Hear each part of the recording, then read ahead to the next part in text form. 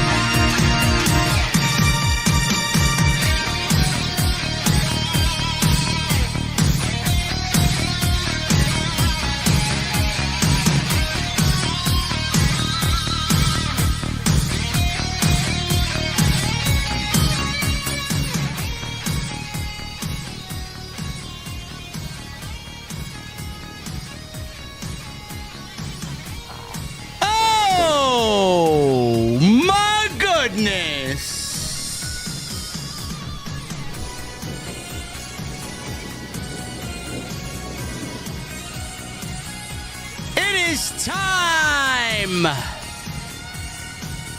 to rumble.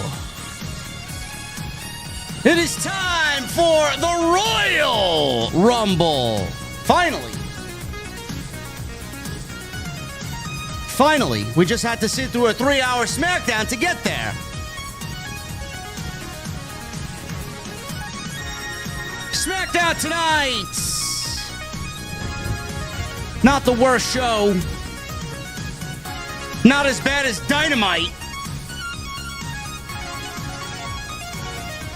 But still, man, this show at 3 hours makes one want to lose their mind.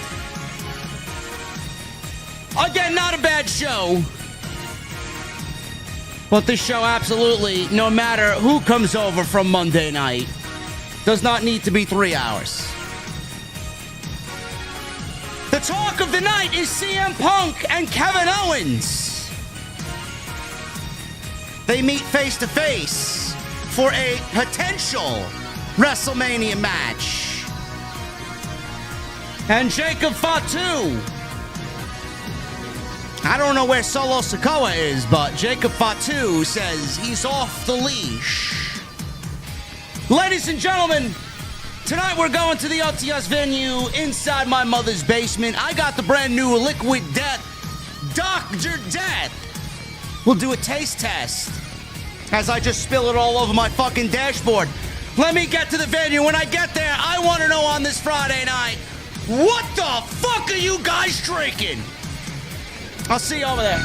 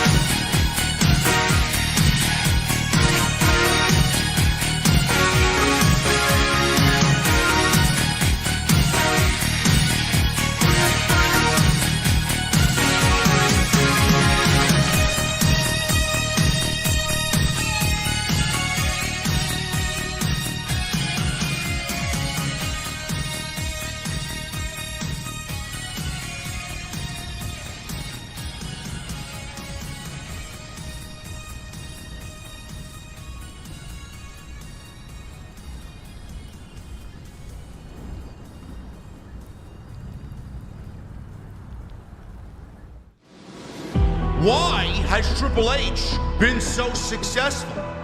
Why is Triple H running WWE better than Vince McMahon and Bruce Pritchard on Monday and Friday night? Long-term booking.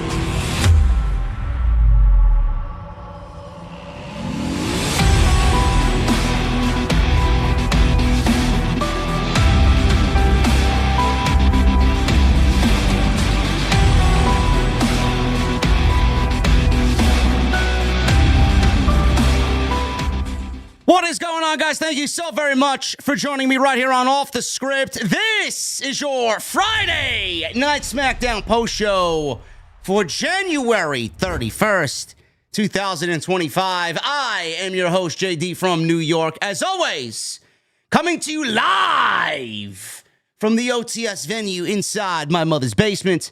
Thank you guys so very much for joining me on your Friday evenings. Royal Rumble weekend, wherever you may be. Friday Night SmackDown tonight, Indianapolis, Indiana. The city is ready. The city is excited. Royal Rumble is finally upon us. And WWE is looking to fill at least 67,000 people inside Lucas Oil Field on Saturday night. This will be the biggest and most largest non-WrestleMania event in the history of WWE here in North America. It's crazy. Oh, but the product is the product is cold, JD. But they lost 3 million viewers from Netflix. Great. Ask me if I give a shit. Nobody cares. When they're making the amount of money that they're making, who gives a shit? At least they ain't in the 600,000s like some other fucking show that airs on Wednesday nights, who don't want to even release their max viewership. Gee, I wonder why. Anyway, SmackDown tonight. We have not much happening tonight, really. I mean, I don't know what else to really say, man. This show was okay.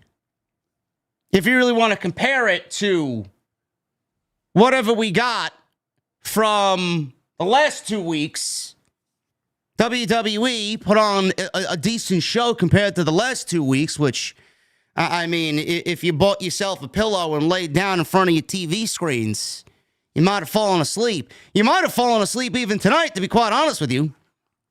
But we had some pretty important stuff happen tonight. 2 in particular. One with CM Punk and Kevin Owens. The other with Jacob Fatu and Damian Priest. We'll get into that. Obviously, WWE, they're not going to do too much tonight. It's basically one of those appetizers. Not even before the appetizer is. What is it? Usually you get some bread and some nice butter, right? You go to the Italian restaurant, man. They give you the nice sliced bread, and they give you the butter and the olive oil and the fucking red pepper flakes, whatever else they give you, right? That's what tonight was. Making myself hungry over here. That's what tonight was. Tomorrow, the undercard is going to be the appetizer, and then the Royal Rumble is obviously going to be the main course for WWE as we begin the road to WrestleMania. CM Punk and Kevin Owens. We'll start there. I did not expect CM Punk and Kevin Owens to have a face-to-face tonight. We did not see Cody Rhodes this evening. Cody Rhodes and CM Punk had a face-to-face on Monday night that basically set up a potential WrestleMania match. So WWE figured that they would do the same tonight with the other man involved in the WWE title match at the Royal Rumble. Being that we got Cody Rhodes on Monday, we got Kevin Owens on Friday night. As CM Punk crashed the party as Joe Tessitore was interviewing Kevin Owens. A lot of people were wondering, well, why did they do this on Friday night before Saturday's Royal Rumble? Folks, the answer is very simple. A, because it makes sense, being that CM Punk has proclaimed everywhere to everyone on every platform, in every publication, that he will win the Royal Rumble. So clearly, if he is so confident in winning the Royal Rumble, he's going to show face to not only the WWE champion currently in Cody Rhodes, he's going to show face to the challenger who could very well win the WWE championship at the Royal Rumble, and his name is Kevin Owens. Do I think that's going to happen? The answer is no. Kevin Owens is not going to win the WWE championship tomorrow night. He will not be pulling down both belts from the ladder match. I do believe Randy Orton and Kevin Owens is the plan for WrestleMania. If they do deviate away from that, I don't really know why they would, and I don't really know who either guy goes after at WrestleMania. I don't really understand it. So that's what I'm sticking with. Plans obviously could change. Obviously, Triple H has 2 or 3 WrestleMania cards just in case things go awry for whatever reason, injuries, Maybe they just go in a different direction in general. Maybe Dwayne wants to poke his nose and say, this is what's going to happen, and this is now WrestleMania. And then he blows up everything. We don't really know. So, yes, it makes sense. It's logical that CM Punk would come face-to-face with both the competitors in the ladder match. Not only that, CM Punk, he set himself up for future programs. And he's been very good at doing that. Obviously, he's come in and he's feuded with Drew McIntyre, and he's feuded with Seth Rollins, and he's helped the Bloodline win War Games, the OG Bloodline, that is, against Solo's Bloodline 2.0. He's helped Roman win War Games. He's mentioned Kevin Owens. He's mentioned Roman Reigns. He's mentioned John Cena. He's mentioned Gunther. And now Kevin Owens. So CM Punk has strategically laid out all of his potential top-tier opponents for future programs. And Kevin Owens is certainly one of them. Does that happen this year? I don't know. They'd have to be on the same brand. Right now, Kevin Owens is on SmackDown and CM Punk is on Monday Night Raw. They'd have to be on the same brand because the transfer window closes this weekend. But I do think that they will eventually feud. And that's the reason why this segment took place. We'll go over the dialogue when we get to the actual review and break this thing down. But the reason why they did it tonight was because it's WrestleMania season. They want to tease you with as much unpredictability and as much possibility as they can. And CM Punk is just lining up his ducks in a row on who he's eventually going to feud with. So they're just kind of leaving that there to grow. They're leaving that there to just flourish into a nice, beautiful plant at some point. And when it's ready, it's going to be beautiful. It's exactly what they did. No other in-betweens. There's no other funny business. It's exactly why they did what they did. They want you to believe CM Punk is going to win the Royal Rumble. They want you to believe Kevin Owens is going to win the WWE Championship. One of those things is very well going to happen. But I will reserve judgment on CM Punk winning the Royal Rumble. It could be John Cena. It could be Drew McIntyre. It could be The Rock. Randy Orton. We don't know. We don't know. CM Punk has been the only guy that they've really kind of put in the forefront. I'm going to win the Royal Rumble. I'm going to win the Royal Rumble. I'm going to win the Royal Rumble. Makes you think that he's not going to win the Royal Rumble. They've been very vocal with CM Punk. I'm going to win the Royal Rumble. Normally, if someone says as many times as Punk has, I'm going to win the Royal Rumble, the numbers don't really work in his favor. And he may not win the Royal Rumble. Jacob Fatu. He's now off the leash. He has no more master. He has no more leader. He is his own man. He is unleashed and he's ready to cause chaos. Jacob Fatu, if you guys are not aware, is him. He is him.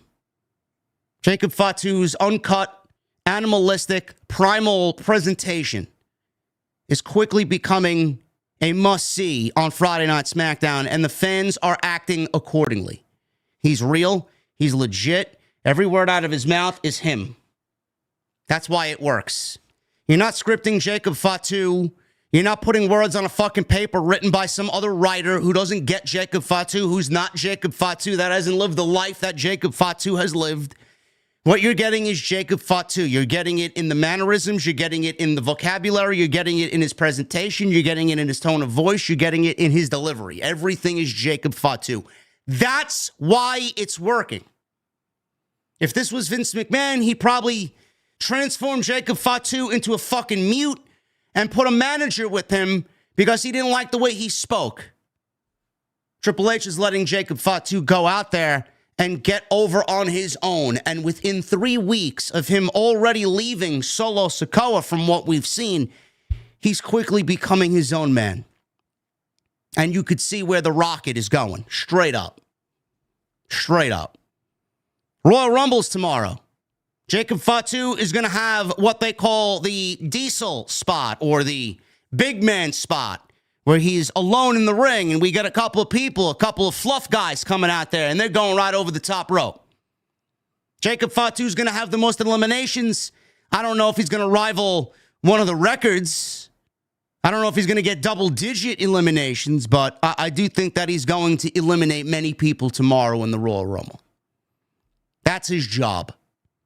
And then a stare down with Solo Sikoa. Maybe we get a stare down with Roman Reigns. Whatever the case may be. Bloodline family drama in the Royal Rumble. This Royal Rumble has the makings to be one of the best storyline Rumbles in the history of the Royal Rumble. So Jacob Fatu killed it with his promo tonight against Damian Priest. And Damian Priest, he upped his game with Jacob Fatu in the promo that he cut. Very brief and very blunt. But you saw the intensity that Jacob Fatu had, and that intensity was met by Damian Priest. He upped his game, or Fatu, I should say, brought that fire out of Damian Priest, which is also a great thing to see. Other than that, SmackDown was okay. There was a couple of good matches tonight. Nothing that I'm going to ask you guys to go or tell you guys to go back and watch. I mean, it was just a ho-hum show. Andrade and The Miz had a decent TV match. There was a nice little 8-man tag team match with all the tag teams on Friday Night SmackDown. We had a tag team main event that was born from the Jacob Fatu and Damian Priest segment. Tama Tonga and Jacob Fatu in a tag team match against LA Knight and Damian Priest. And then obviously CM Punk and Kevin Owens. So all in all, much better than what we got in the past couple of weeks, but still the show is an absolute chore to sit through at 3 hours. And I'm hoping that changes going into the Royal Rumble and going into next week, because coming out of the Royal Rumble, we should really be seeing the WWE turn on their engines and fucking shift this gear into a nice speed going down the highway on the road to WrestleMania. So I hope that's the case. But all in all, we'll get into what I thought was a very okay SmackDown tonight. Nothing too crazy. And I'm thanking you guys for joining me here tonight on the podcast. It is Friday, January 31st, the last stream of what I can now say is the second biggest January in the history of the channel. The only reason why it's not number one is because last year the Royal Rumble happened last weekend. And if we had the Royal Rumble happen in January, this would have been the best January in the history of the channel. So we got to settle for number two, which makes me hope that February, being that the Royal Rumble's happening on Saturday, which is the official first day of February, that February will be the best February in the history of the channel. So thank you guys very much. Follow me on social media at JD from NY206, Twitter, Instagram, TikTok, and Cameo. Hit that subscribe button down below. Turn on the bell for notifications. Make sure you guys go and check out all the content on the channel. We uploaded an extra today in regards to some Rumble rumors that are floating around. Who from NXT is going to be in the Rumble? What surprises are we going to see in the Royal Rumble? Who's in Indy? What legends are going to be in the Royal Rumble? Is AJ Lee going to be in the Royal Rumble? Talked about that today on the Extra. Go and check it out. It's on the homepage if you did miss it. I want to thank you guys for all the kind words coming out of the streams this week. We killed it on Monday with the Raw review. We killed it, as usual, on Tuesday Night Titans 81. Shout out to the Solid Monster. He is not well. He is not well. He is very much under the weather. We wish him back to good health immediately. It's a big weekend. Wednesday, Jesse and I killed it on the Dynamite post. Over 40,000 reviews. We're killing it so much on Wednesday night that the reviews are doing 40,000 plus views for a regular Dynamite. Oh, but JD has fallen off, man. He does it. He does it because he's a negativity merchant. Sure. Just like I did it for WWE, just like I did it for AEW. I am one of the most honest, upfront individuals that you will come across in the community. You guys know it. I don't need to repeat it. People clipping me out of context. There was a 5-second clip going around this week, coming out of the Wednesday show, where I said I wanted AEW to die. 5 seconds. That's all they clipped. Meanwhile, it was a 7-minute rant. I tried to prove a point. I did prove a point. It was fucking great, and people think I want AEW to go out of business. Why would I want them to go out of business? I actually like AEW. I want them to be better. I want them to be better. I don't want them to go anywhere.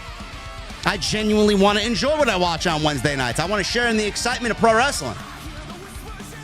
I said what I said because I tried to prove a point that someone, somewhere, somehow, something needs to rattle the people in charge to a point where they need to force change. So thank you for taking me out of context. Every single one of you look like a fucking idiot. Thanks. You continue to watch, you continue to aggregate the fucking content, you continue to put it out there, and all I hear are the same fucking people but crying, bitching, and moaning.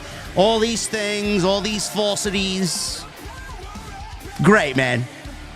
Great. My bank account doesn't really give a shit, and the dark horse sitting underneath me doesn't give a shit either. The house that we purchased doesn't really matter either. Thank you.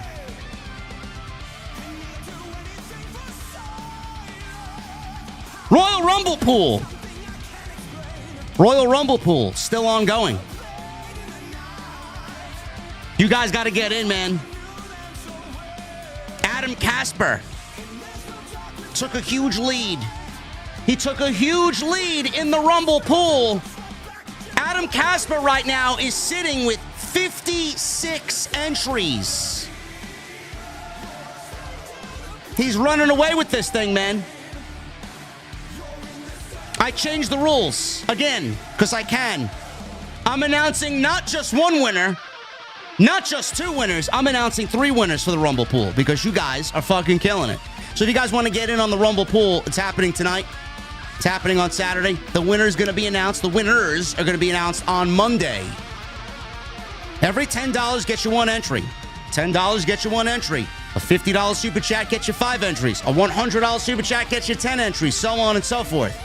So if you guys want to get in on the Rumble pool, make sure you guys get them on in. Super chats are a great way to support the show and the channel. Tonight we are sponsored by my great friends over at Magic Mind. MagicMind.com. Make sure you guys use the link that I provided not only in the description, but in the live stream chat. MagicMind.com/JDJAN. You're going to save 45% off bundles. Go get your Magic Mind, bro. We'll talk about my friends over at Magic Mind. Something I use, something I drink every single day, man. It's a part of my rotation. We'll talk about them a little bit later on, right here on Off the Script. I want to thank them for sponsoring the show tonight. And we're going to do a little taste test. We're going to do a little taste test right now, man. As soon as they announced it, I bought it because I love the company. I love the product. I think their seltzer is the best seltzer anywhere.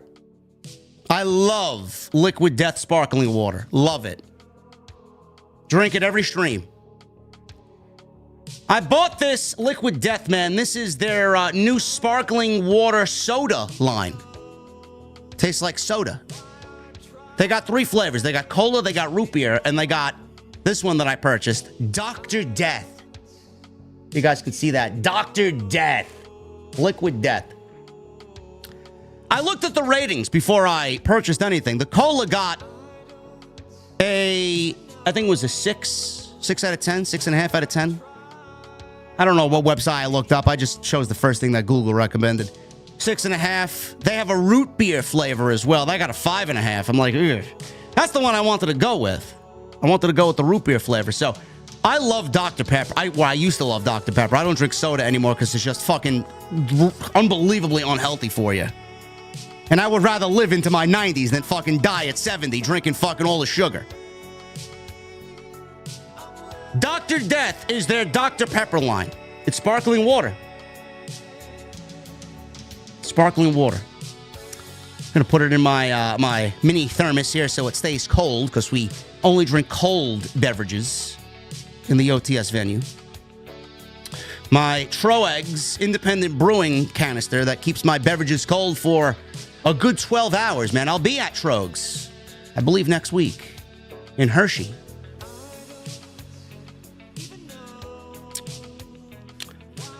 Wow. That actually tastes very good.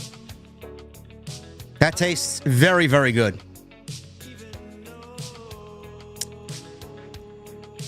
It's not as sugary and sweet as Dr. Pepper. For seltzer, it tastes in line with what a Dr. Pepper would taste like.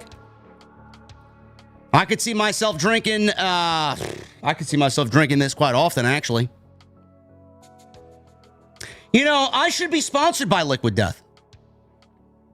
They should really be sponsoring me. I'm pushing this product with no paid advertisements. I'm doing it on my own. I drink it every fucking stream. I have a recurring subscription via Amazon for it to be delivered 2 cases every month. Where's my sponsorship, you know? Well, maybe they don't want to work with me because the AEW sickos can't stand my AEW opinion, man. Oh, boy. JD's such a bad guy, man. He doesn't like AEW. He doesn't like the television show, man. We gotta make sure we take food off his table, bro. Great. I think that is worth it. I would recommend it. The Dr. Pepper, Dr. Death, Liquid Death. I would recommend it for sure. Weirdly, listen, man, I want to take another sip. This is weirdly addicting, honestly. It's got a nice little sweetness to it. Does. Really good. SmackDown. We start with Michael Cole welcoming everyone to the show, and they showed footage of Indianapolis. Liv Morgan, Naomi, Bianca Belair, Michin, Chelsea Green, Damian Priest. They all were shown walking into the building. Michael Cole, who is not the play-by-play commentator on Friday nights. It is Joe Tessitore and Wade Barrett. But Michael Cole was out there. They had a little desk and a podium by the stage. And he introduced Pat McAfee. They were like the guest hosts of SmackDown tonight. They wanted to get everybody involved, being that it's Royal Rumble weekend. McAfee made his entrance. He stood at the small desk with Cole. Crowd chanted, McAfee, McAfee. McAfee called Indianapolis the greatest host city on earth. He said the city is world-class, and it hosts Final Fours, national championships, and the like, and the people there are the best in the world. McAfee says he was so damn thankful to be here. He loves this city. He loves this company, and he's happy to be here.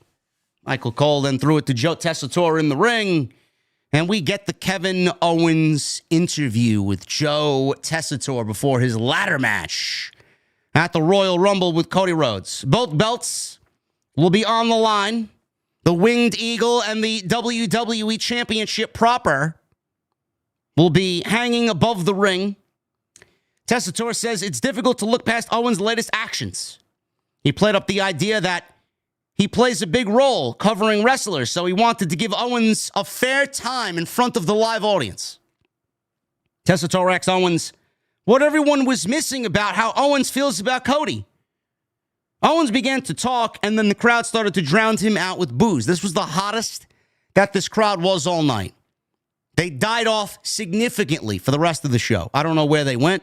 It was almost as if 14,000 people didn't even exist. It almost sounded like a good 75% of them left after this opening segment. That's how quiet they were. Owens called Tessitore a Cody Rhodes fanboy and said that everyone was talking about how they would face Cody at WrestleMania. He was angry that everybody was kind of looking past him. Owens says he will win the title at the Royal Rumble and go on to WrestleMania himself.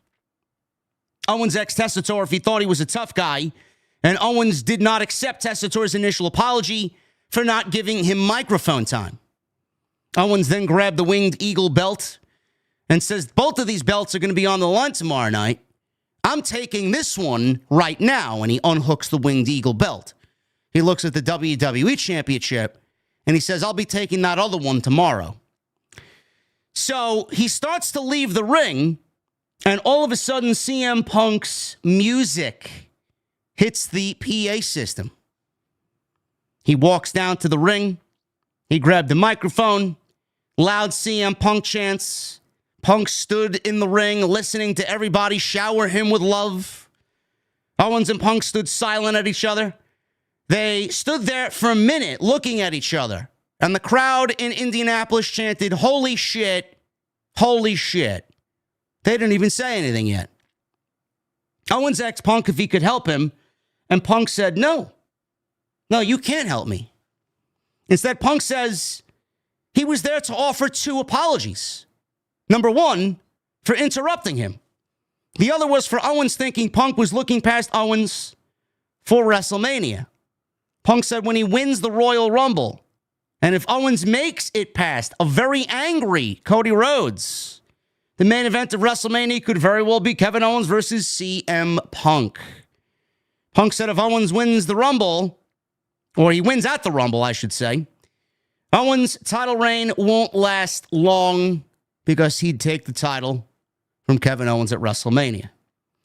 Owens says he felt conflicted because, on one hand, there are 29 other guys in the Rumble that he likes more than CM Punk. But at the same time, Owens says the thought of Punk versus Owens in the main event of WrestleMania, he likes that. He even likes the thought better of Owens beating Punk's ass in the main event of WrestleMania. So he said that appealed to him. That match in the main event with him beating CM Punk's ass in the main event of WrestleMania appealed to him. Owens played up the fact that all Punk wanted to do for his entire career was main event WrestleMania. It was a childhood dream that he aspired to achieve all these years. Right now, WrestleMania and the main event is right at Punk's fingertips. Owens said the idea of Punk never getting to main event WrestleMania is so good to Kevin Owens. He said he loves the thought of Punk never completing that dream. Owens says he loves the thought of Punk never completing that dream. Owens stepped towards Punk even more so and said Punk will go to his grave, never main eventing WrestleMania, known as a miserable failure. Owens says he hopes Punk doesn't win the Royal Rumble, dropped the microphone, and left. CM Punk said, no. Where you going? Owens stood on the ring apron. Punk said he had never lost 5 title matches at the Royal Rumble like Kevin Owens has. So he's listing off Kevin Owens' failures. He lost 5 title matches at the Royal Rumble. Punk said, I never lost to Logan Paul. He says he would shiver at the thought of saying that again twice because it's ridiculous. Owens has lost to Logan Paul. Punk said never tried to manipulate his best friend to help him win a title, which is currently happening right now. He's trying to manipulate Sami Zayn. CM Punk called that out. Little seed planted for what may happen tomorrow. Owens has taken shortcuts. And Punk noted that now he has to throw 29 other guys over the top rope, while Owens has to survive a very pissed off Cody Rhodes in a ladder match. So Punk invited Owens back into the ring so that they could fight here tonight and he can kick his ass. Punk told Owens to not be afraid. Owens teased getting back in the ring and, like a consummate heel, dropped the microphone and left. He took his Winged Eagle belt and walked up the ramp. Punk's music hit, and it signaled the end of the segment. I love this. Crowd chanted, holy shit, holy shit. They didn't even say a fucking word to each other yet. So you know that WWE is planning this at some point in the future. They have to. This was basically them saying, all right, when Punk gets through WrestleMania, this is what you have to look forward to. It's going to happen. Now, I am entering tomorrow very cautiously on multiple fronts. WWE has been very safe with a lot of their shows. Very safe. Survivor Series was very safe. Saturday night's main event on the 14th of December, very safe. Monday Night Raw debut on Netflix January 6th, very safe. Saturday night's main event that we just had this past Saturday, very safe.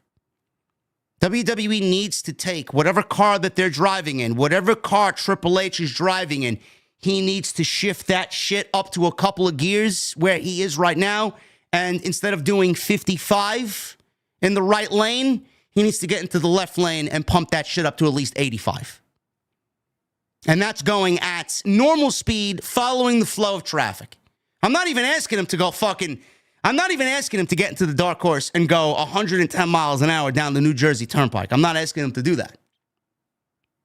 I would really want to see them tomorrow night give us as many emotional tie-ins and as many stories tomorrow that we could really sink our teeth into, going into Monday and going into Friday and then going into the Elimination Chamber, which will be basically a month from tomorrow. That's what they need. Triple H is setting this up for the future. The way that Punk's been saying, I'm going to win the Royal Rumble. He even said it tonight. I'm going to throw 29 guys over the top rope and win the Royal Rumble. I'm going to win the Royal Rumble. Punk has made it very known for several weeks now that he is going to win the Royal Rumble. You know, I don't want to put bad juju or cast a dark cloud over CM Punk, because if there is one guy that should win the Royal Rumble, it is definitely him. And I mean that. Main event of WrestleMania with CM Punk in it is probably the way that WWE is thinking right now. He's the biggest money-making machine there, not named Cody Rhodes. The way that he said it, and as often as he said it, it makes me want to think that he's not winning the Royal Rumble. I don't know what we do. I think we're in for a surprise. I do think that if Punk wins and it happens, I think people will be happy. But I do think that it's a safe choice. If John Cena wins the Royal Rumble tomorrow, I think that is a very predictable and safe choice. CM Punk isn't really all that predictable because he's got many other different things surrounding him that makes his journey to WrestleMania a little unpredictable. Drew McIntyre, Seth Rollins, Roman Reigns, The Rock. We don't really know. But WWE is plastered Cody and Punk, Owens and Punk. It's back-to-back weeks now, or back-to-back shows in the same week. Is it going to be that obvious? Is it going to be that obvious that CM Punk is going to win the Royal Rumble, or is this something that WWE wants you to think, and then they're going to go in a different direction? They got some huge, big, elaborate fucking plan that nobody has a clue of tomorrow night. There are many different people that could win that Royal Rumble. Punk could win it. Sami Zayn could win it. Roman Reigns could win it. Randy Orton, who's not announced, could be in the Rumble and win it. Seth Rollins, Logan Paul, John Cena. For all we know, Dwayne's going to be in the Royal Rumble. There's a lot of different guys in the Royal Rumble. It's not as easy. Nobody really knows. You're going and making a pick based on your heart, what your heart feels. Nobody really knows, which is great. I'm very excited about that aspect of the Royal Rumble match tomorrow, both for the men and the women. We don't know. But WWE's really made it a point. Punk is going to win the Rumble. I'm going to win the Rumble. I'm going to win the Rumble. To basically everybody. Jackie Redmond, Seth Rollins, Sami Zayn, Drew McIntyre, John Cena. Tonight, Cody Rhodes. Is he? I feel like the more you say something, the less it's going to happen. What does WWE got planned? I don't know. But what I can tell you is what they got planned here. This match is a future match, whether it's for the title or not. It's going to happen. And WWE tonight, the reason for this segment, not only they wanted to tease Punk's involvement in the Royal Rumble, Punk's journey to WrestleMania, Punk could choose Kevin Owens or Cody Rhodes. They want you to think that either one of these guys could get CM Punk. But the main reason why they did it is because eventually Owens and Punk will be in a major program, and it will be a great feud for WWE, as referenced by the fans who chanted, holy shit, before they even said anything. Carmelo Hayes. He walked to the ring with a microphone as he was getting ready to wrestle Jimmy Uso. He walked to the ring with a microphone and called Jimmy Uso not the one, but the two.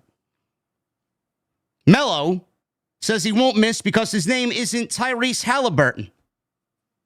Show obviously showed Tyrese in the crowd because he was at the kickoff show for the Royal Rumble today.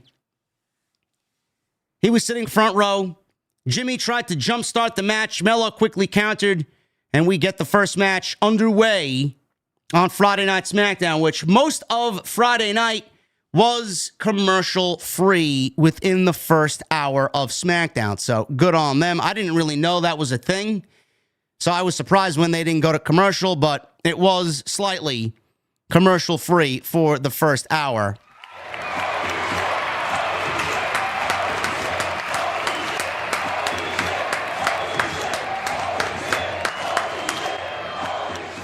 Oh, my goodness. We got a $100 super chat from James Gender. It's 10 entries into the Rumble pool, James. Good luck, my friend. Thank you, JD, for all that you do. He says, my picks an hour away from tomorrow, Royal Rumble would pay for $130 for the nosebleeds. Or would you just sit at home and enjoy the ride? James, I would actually sit at home in the comfort of loved ones and in the comfort of the couch that you currently occupy. I would sit at home. Nosebleeds with 68,000 people? No, I would pass on that. I would sit at home and make sure you got a couple cold beverages, some of your favorite snacks, and relax. It's going to be a great show. But thank you, James, for the $100 super chat. Love the energy already. Thank you guys very much. Let's end this last stream for the month of January right and get it started the way that it should going into February. I really appreciate you guys. So if you guys want to get on the Rumble pool, it is still obviously open. Jimmy Uso. He went one-on-one with Carmelo Hayes here. We did not really get any Carmelo and Tyrese Halliburton face-to-face or any type of interaction between them outside a little mini stare-down on the outside where Tyrese was basically calling him small. He did one of these things with his hands. He's like, you're small. Look at me. So, Carmelo... You know, Carmelo got called up to SmackDown and really hasn't done much of note outside the best of 7 series with Andrade, which was great for what it was. He didn't win the United States Championship. After the best of 7 and after failing to capture the United States Championship, hasn't really done much of anything. He's been trying to find his place on Friday night, which has now landed him in a little mini program with Jimmy Uso. And he can't beat Jimmy Uso. Big Jim. Jimmy Uso, who is now a tag team wrestler turned singles wrestler, hasn't been with his family since Roman hasn't been seen since the debut episode on Netflix. We'll see him tomorrow. Jimmy Uso's been all alone. He doesn't have Jay. He doesn't have Sammy. He doesn't have Roman. He's just out there all by himself as Big Jim. Jimmy Uso beats Carmelo Hayes in about 8 minutes. I don't really know why. Is it that difficult for Carmelo Hayes to get a proper victory just because he's good? He can't beat Big Jim? Now, I want to think that with Jimmy Uso winning here, cheating to win, by the way, he hooked the tights on Carmelo Hayes because Carmelo tried to do the same to him, and Jimmy Uso wanted to get him back and basically taught him a lesson. You want to fuck with the veteran? I'll show you what the veteran can do. I want to think that Carmelo lost to Jimmy Uso tonight because he's going to have a good run in the Royal Rumble. I hope so. I hope Carmelo Hayes enters at a low number. I hope Carmelo Hayes lasts a good 30, 40 minutes. Kind of makes himself into one of the de facto Iron Mans in the Royal Rumble. or Iron Men in the Royal Rumble and last a good 30, 40 minutes. Maybe he makes it all the way to the final 4 or 5. I don't know. He needs something like that. That's innocent enough to give him something to really start to open the eyes of some fans that don't think he could win a match. He hasn't really done much of anything. Tomorrow could be a great reset for him. You put him in the Royal Rumble match, you give him a couple of eliminations, you have him play the game smart, you have him lay low, you have him lay in the corner during the Rumble, you have him kind of active in there doing his thing. Couple of eliminations here, 3 or 4 eliminations, a 40-minute, 45-minute run in the Rumble. That shit goes a long way, man. That shit goes a long way. So hopefully that is his spot tomorrow in the Royal Rumble.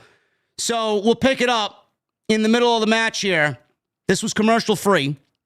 Melo was on the outside, and this was after a DDT on Big Jim. He goes for cover off the DDT for a 2 count. Jimmy's on the outside. Melo landed a dive, and it started, I would say, mouthing off to Tyrese Halliburton. Jimmy attacked Melo from behind. He rolled Melo back into the ring, hits an enziguri. Jimmy then went for a hip attack. Melo moved. It didn't matter here because Jimmy came back with a pop-up Samoan drop. Jimmy went to the top rope. Melo cut him off. He went for another move, but Jimmy said, no, not tonight. And he landed an arm drag type of maneuver. It looked like a suplex. Both guys were down. Jimmy kicked Melo and ultimately jumped into Melo's first 48, which is his version of the code breaker. Jimmy kicked out at a 2.5. Melo went for a springboard move. He went for that springboard clothesline.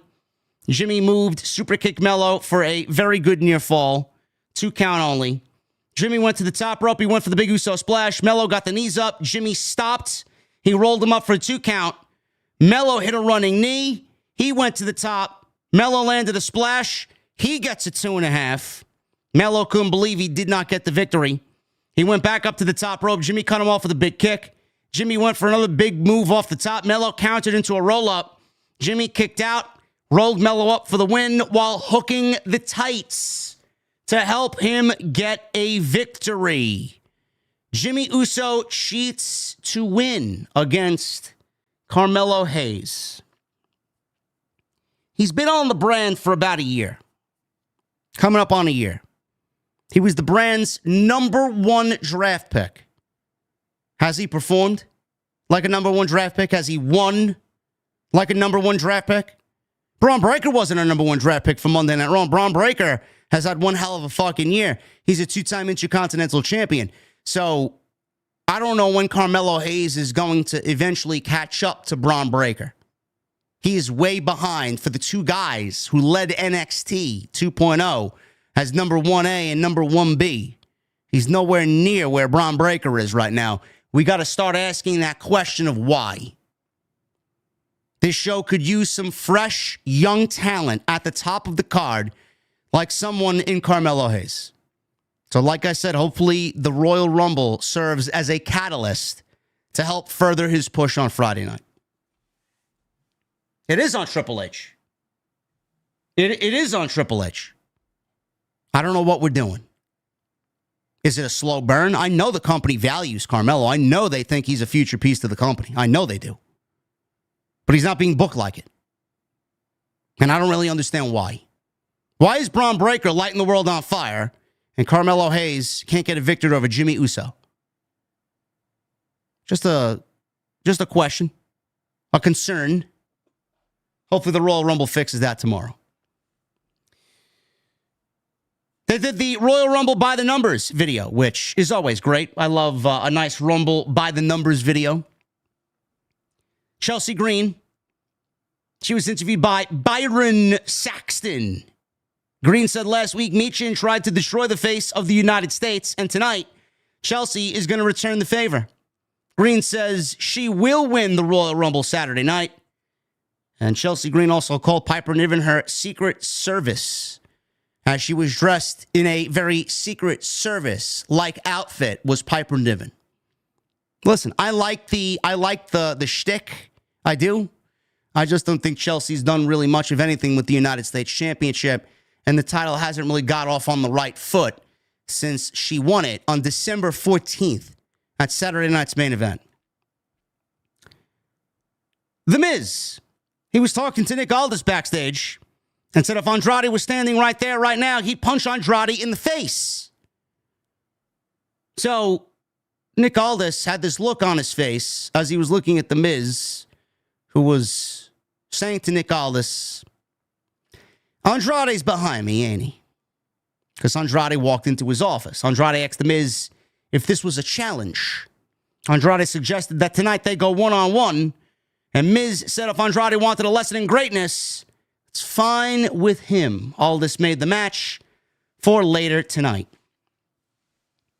Chelsea Green. She defended the Women's United States Championship against Michin. This is the third time that these two have wrestled since December 14th, which was the finals of the Women's United States Championship tournament. I don't want to say that Chelsea's bad because she's not. I don't want to say Michin is bad because she's not. But as I usually do, I'm very honest with everybody. Chelsea Green has not done the United States Championship good. She hasn't done the United States Championship right the way that it needs to. I don't blame her specifically. I don't blame her only. I blame WWE. They have gotten nobody else involved with the Women's United States Championship. They've done nothing to really build the title to what it should be outside of the Women's World Championship held by Tiffany Stratton. It is the same match since the last time we saw them in the ring on December 14th, and they've been doing nothing but the same tired shtick. There's no story. The matches are absolutely forgettable, and there's nothing that gets you interested in seeing these two again wrestle for a title that has absolutely no significance, even though we just introduced it. I thought these titles were going to give a new meaning to the women's division. They have yet to do that. They have yet to convince me. I'm sure they have yet to convince you guys. The crowd couldn't have given a single shit about this match. Lifeless, dull, crowd didn't react. They did not care. So why am I going to care? I am over it. I don't want to see them in the ring again. This is the third time. I don't know where it's going. I don't know why anybody would care about Michin in this role. I don't know why anybody's cheering for Chelsea Green. She's done nothing. And the match itself was just not good. It's just not good. I don't know what else you guys want me to say. This was forgettable. 6 minutes. It meant nothing. This leaves you not wanting a fourth match. It ended in a DQ, and they're basically setting up a fourth match. Why? Who asked for a fourth match? I didn't ask for a second match. I'm not even counting the dumpster match that they had. Is that the goal?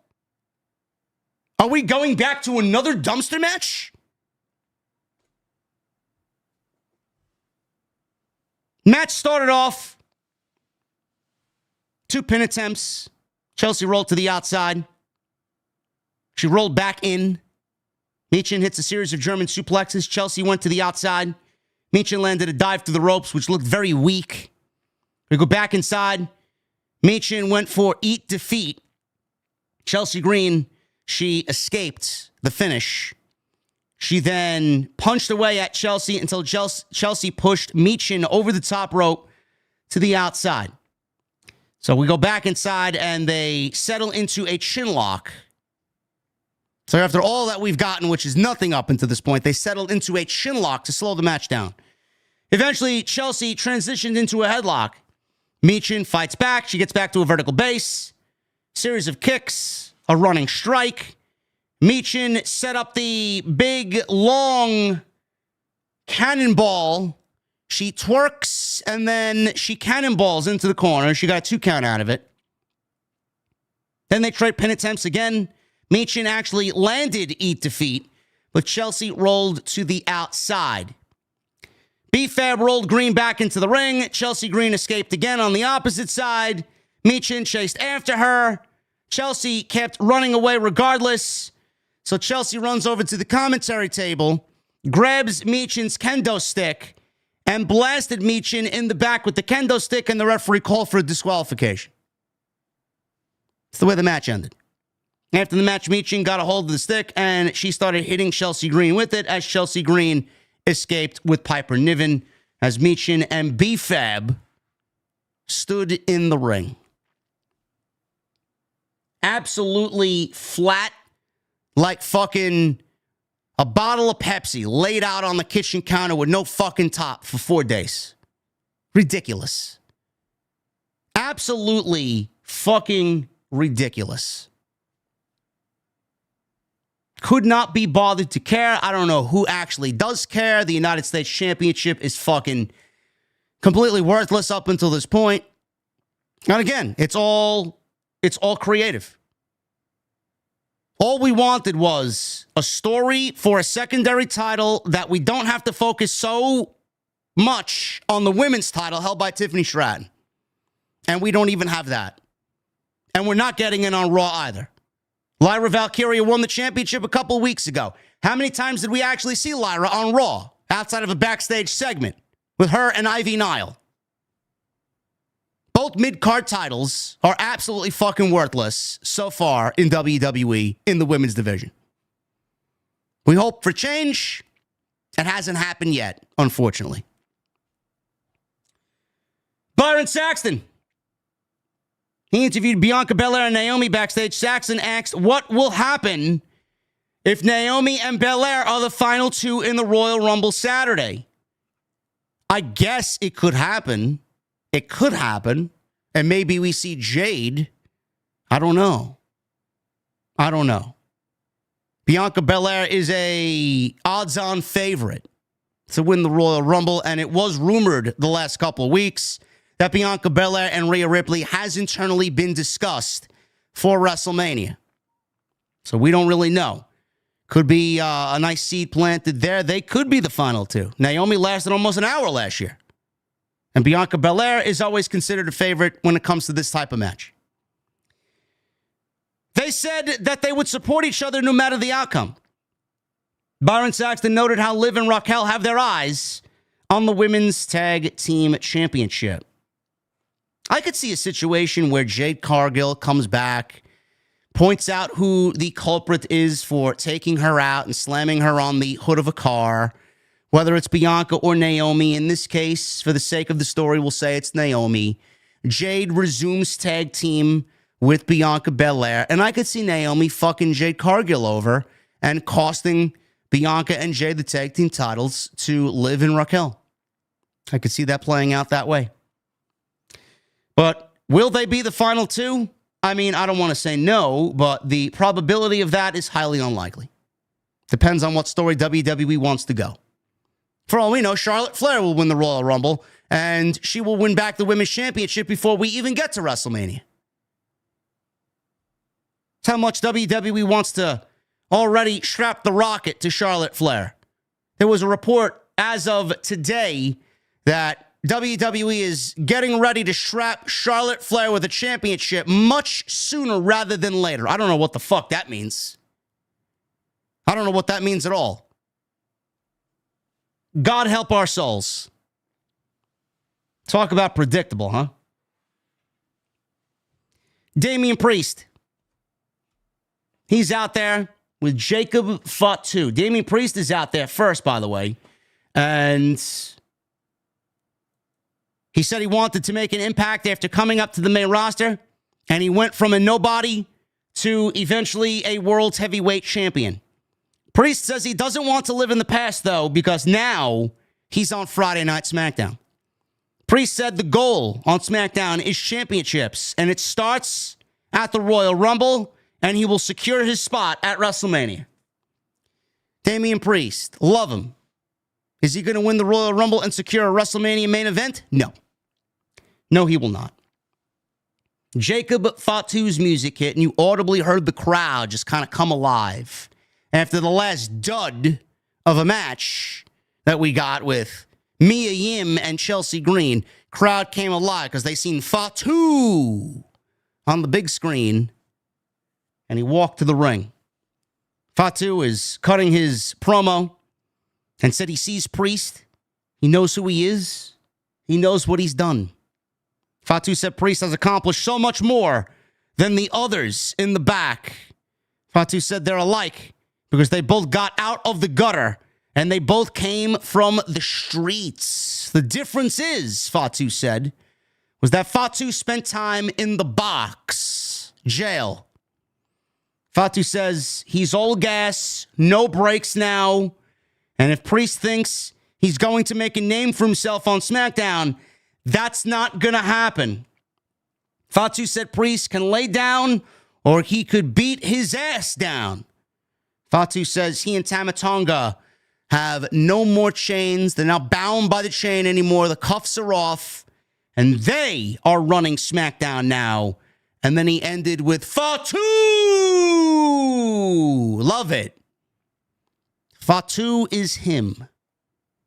I don't know where he goes going into WrestleMania, but I'm assuming it will be Fatu versus Solo Sikoa, being that we haven't seen Solo yet. We haven't heard from Solo since he lost the Ulafala. We haven't heard from Solo since he lost to Roman Reigns, since January 6th. Something's got to give in the Royal Rumble tomorrow. Solo's got to do something. He's got to say something. I don't know. I'm predicting a Solo Sikoa and Jacob Fatu WrestleMania match in Las Vegas. Damian Priest asks Fatu if this was supposed to intimidate him. Priest then spoke in Spanish, and he got very angry. Priest said Fatu should know better and asked Fatu why they are even talking at all. Clearly, you're out here to fight.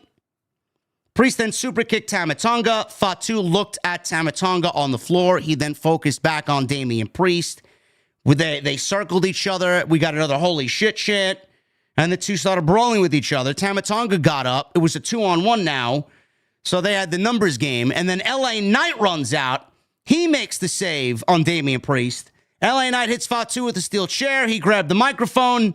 Knight challenged Fatu and Tonga to go up against him and Priest tonight in the main event on Friday Night SmackDown, with everybody saying LA Knight, yeah.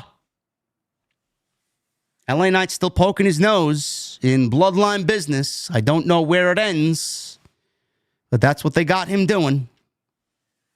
This was a great segment. Fatu obviously knows how to cut a promo. I love Fatu's delivery. Love it. Like I said in the beginning, it's him. It's real. It's legit. They're not sugarcoating anything. They're basically taking him and putting him out in front of the audience, hoping you believe and buy into what he's selling, and everybody does. You've already bought into who he is and what he does before he even said anything. Before he even said anything, all he said was, I love you, Solo!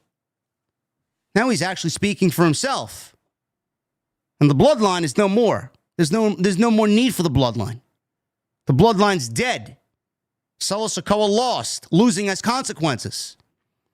How long before we get Jacob Fatu to completely sever the ties with Solo Sikoa? Does Solo Sikoa go back groveling to the OG bloodline? Back to Roman? Back to his brothers? I don't know. Does Jacob Fatu get involved with Roman Reigns? Do we see something inside the Royal Rumble tomorrow? I don't know. This was a great segment, though. And Damian Priest, because of Fatu's intensity and Fatu's delivery and Fatu's anger, it made Damian Priest's promo that much better. They fed off of each other. Great. Santos Escobar. He was shown in the back talking to Los Garza. Motor City Machine Guns walked in, and Escobar pointed out that Motor City Machine Guns have their opportunity to win gold tomorrow night. 2 out of 3 falls against DIY at the Royal Rumble. Meanwhile, Legado del Fantasma have to fight for what they have. They have to be in the Royal Rumble and win it all. Alex Shelley says they will have Los Garza's back tonight, and they want to make sure that Los Garza has theirs because they want to win. Angel said if Motor City Machine Guns, want to win with them, obviously, because of them getting DIY at the Rumble. If they win at the Rumble, they want first crack at the tag team titles. Everybody wants those tag team titles.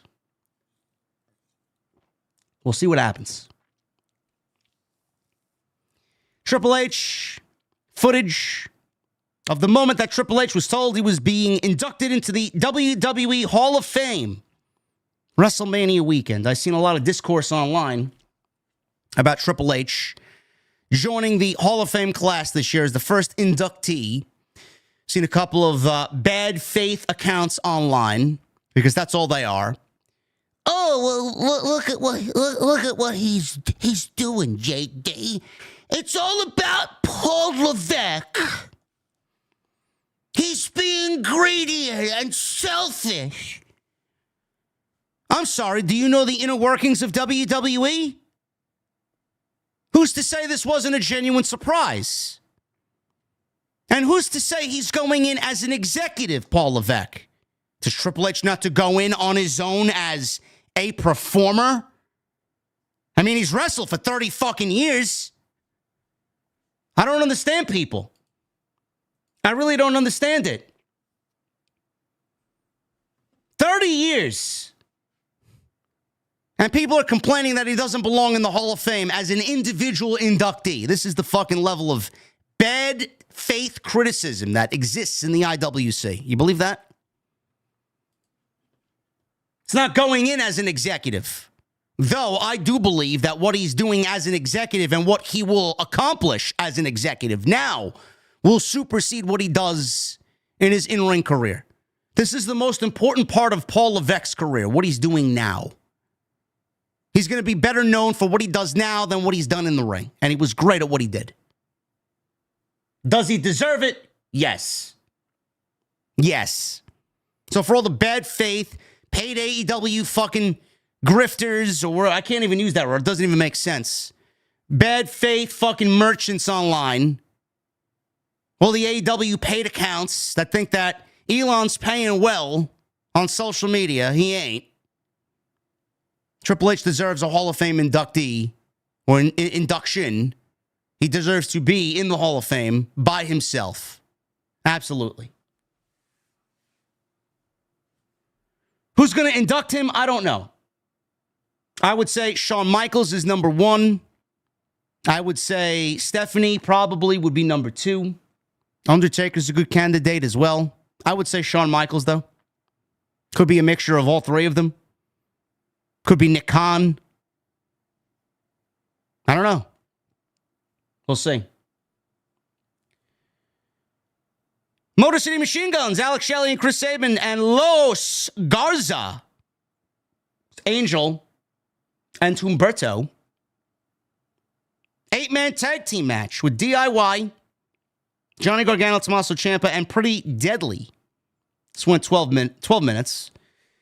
I mean, it was fine for what it was. I mean, you guys want me to fucking be like, oh my God, this was a great match. This didn't do anything but set up some interaction between DIY and the Motor City Machine Guns going into tomorrow's 2 out of 3 Falls match. That's all this served.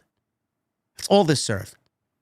And it forwarded the story just a little bit because DIY has been trying to manipulate and use Pretty Deadly to their advantage and try and manipulate them into helping them beat the Machine Guns, and that's not really going according to what they want.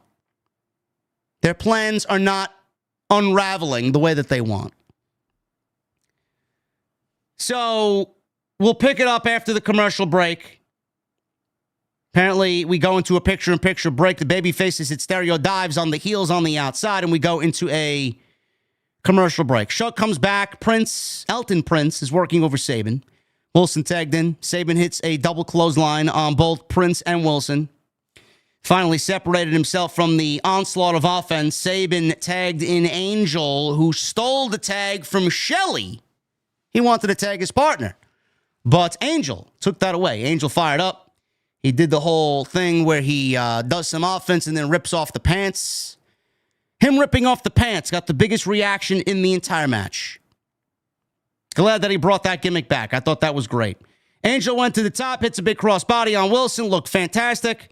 That's a 2 count only on Kit Wilson. Gargano tagged himself in. Things broke down with all 8 guys, and everybody was hitting big signature maneuvers. Moonsault from Angel onto Pretty Deadly on the outside. Had a nice aerial shot of Angel leaping into the air with one of those drone shots. Really nice. Humberto powerbombed Gargano with a sit-out powerbomb. He went for a cover. He got a near fall. We actually got This Is Awesome chance. Sabin tagged himself in. Angel stopped Sabin from entering the ring. Los Garza started yelling at Sabin, and then they left the Motor City Machine Guns to fend for themselves. They wrestled the entire match trying to win, and then in the last second said, you know what? We don't really give a shit about this match. We're leaving. They left Motor City Machine Guns on their own. Ciampa, he worked out on Sabin on the outside, and he threw him into the barrier. Shelley popped up on the apron. Gargano pulled Shelley out to the floor. Ciampa clotheslined the shit out of Chris Sabin. He then accidentally kicked Elton Prince in the head, and as a result, Pretty Deadly walked away. Sabin then rolled Ciampa up and got the win off of this accidental kick to Elton Prince. So Sabin gets the win for Motor City Machine Guns, which, if we follow the Pro Wrestling Handbook, Pro Wrestling 101 by JD from NY, being that the challenger babyface team won on the go-home show 24 hours before the Royal Rumble, it doesn't really bode well for the Motor City Machine Guns to win the tag team championships tomorrow. I would keep the titles on DIY. I'm not taking the belts off of Gargano and Ciampa just yet. This was fine for what it was. It was a basic 8-man tag TV match. Some fun spots. Other than that, didn't really matter outside of DIY and Motor City Machine Guns as a setup for what should be a great 2 out of 3 falls match tomorrow night at the Royal Rumble. Jacob Fatu and Tama Tonga. They were shown walking backstage, and Jacob Fatu walked away. They were walking side by side. Jacob Fatu walked away, but then Tama Tonga noticed on one of the production crates backstage that the tag team titles were just laying there. They were just laying there. Who do we got in the chat here? Florian. Bro, what are you doing is wrong. I'm sorry. How the fuck you attack AEW because rating? Well, Florian, maybe you should go to fucking class because your spelling sucks, number 1. Number 2, what am I doing? I'm sorry. What exactly? Chat, what did we do on Wednesday? Did we speak the truth on Wednesday? I think we did. Did we have an entertaining stream on Wednesday, chat? I think we did. Did we get over 2,000 likes? I think we did. Did we hit 40,000 views? At my last count, let me check the latest numbers for Wednesday's stream with the Chi-Town Smark. Wednesday's stream on Dynamite did 45,000 views. What the fuck do you mean? What am I doing? I'm doing my job. If you don't like it, go watch somebody else. If you don't like it, tough shit. This world is soft and full of pussies. You don't like criticism? Go watch somebody else that's gonna blow fucking smoke up your asshole. It ain't me, and it will never be me. Sorry. Everybody wants to fucking paint this world where criticism for a fucking TV show doesn't exist, where pro wrestlers get upset and salty over the criticism that comes their way. They're in the sports entertainment business. You're an athlete. You're not immune to criticism.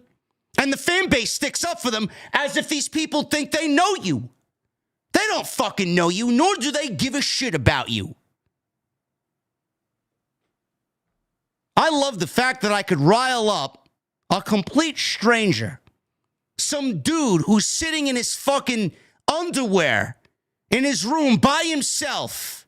No woman, no hobbies. He's got a box of tissues laying next to him, getting ready to fucking look at the hub in about 2 hours after he starts fucking getting ready for bed, after he stops listening to me because they're all fucking fans at the end of the day. Gotta be.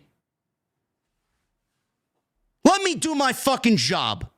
Go find a fucking hobby. This is mine. I built a business for myself, and I built a platform for myself. I'm sorry that most of the people that criticize what I do can't do what I do. I'm sorry that most of the people that don't like what I do can't do what I do, and you're salty because you're not in the position that I'm in. Fuck off.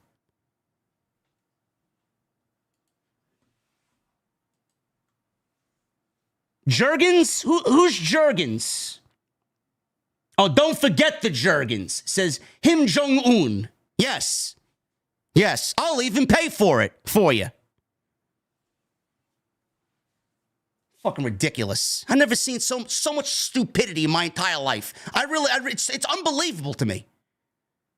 Can't say this. I can't do that. I can't criticize this one. I can't criticize that one. I can't mention this guy. I can't mention that guy. I mean, what the fuck are we living in? Your show sucks. It's plain and simple. When the show doesn't suck, I'll let you know.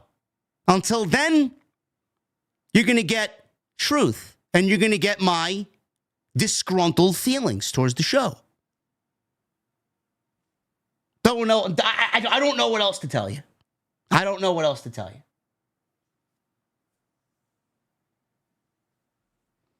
The great Charlie, JD, I know, because I know BC is your boy, but damn, he's falling off. I'm not here to talk about BC. BC's business is BC's business. I don't know what BC's doing. Who cares? Why would I care about what BC's doing? BC's a grown man. He can handle his own fucking channel. What do you mean he's falling off?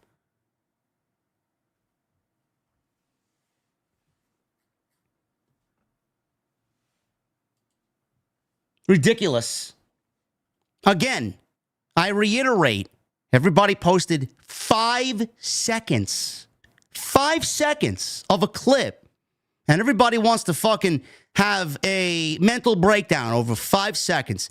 How could any human being take 5 seconds and think 5 seconds is a legitimate, logical, actual thought from anything that I said?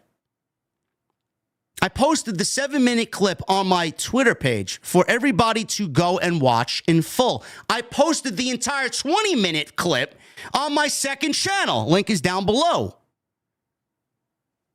Most of the people who do not like what I do, their comprehension skills of anything, especially in the IWC, their comprehension skills are that of a fucking first grader. These are grown men operating with a first grade mentality. They don't have the patience, nor do they have the fucking skills to sit there and listen to someone make a logical fucking thought. And if they do, the sad thing is, if they do, they won't.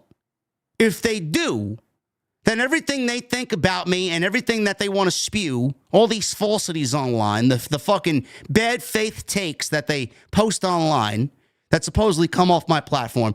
If you actually listen to what I said, every single one of you would be proven wrong, and God forbid that happens.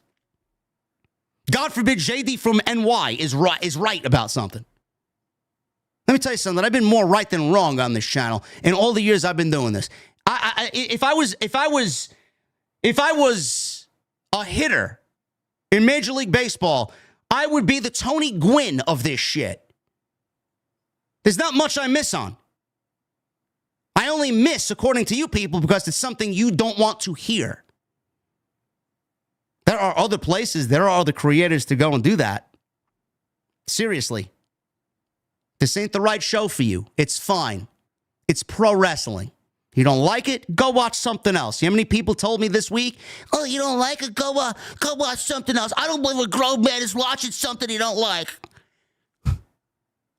I sat through Monday Night Raw in 2019. Sat through it. Why? Why did I sit through Monday Night Raw in 2019, chat? Did I enjoy the fucking show? No, I didn't. I thought the show was fucking absolutely egregious. It was fucking deplorable. But I love WWE. And I always said, if I don't watch that one show and things turn around, I wasn't there to see the turnaround. Why am I not speaking highly of AEW? The show sucks. Why am I going to sit here every single week and watch? Because when they do have a good show, I want to be seated when the good show happens. When the turnaround happens, when the upswing happens, I want to be seated right here when the turnaround and the upswing happens. If I stop watching like all these demented fucking fools say I should, then I won't see the turnaround and I won't see the good shows. You see how that works? Logic. Your stupidity is laughable. Fucking ridiculous. Now that rant is out of the way, get him out. Get him out. And get anybody else out that wants to mention AEW. Get him out. This is a Friday Night SmackDown. You're here to listen. I would appreciate you don't take the fucking shit out of context, because everything I say, there's a beginning, a middle, and an end. Point A, point B, point C. Everything. No, but it doesn't fit your narrative because you just clip something to make money off of my content. Great. It's nice to know that I exist to make money for other people, because you can't make money doing this shit because you suck at it.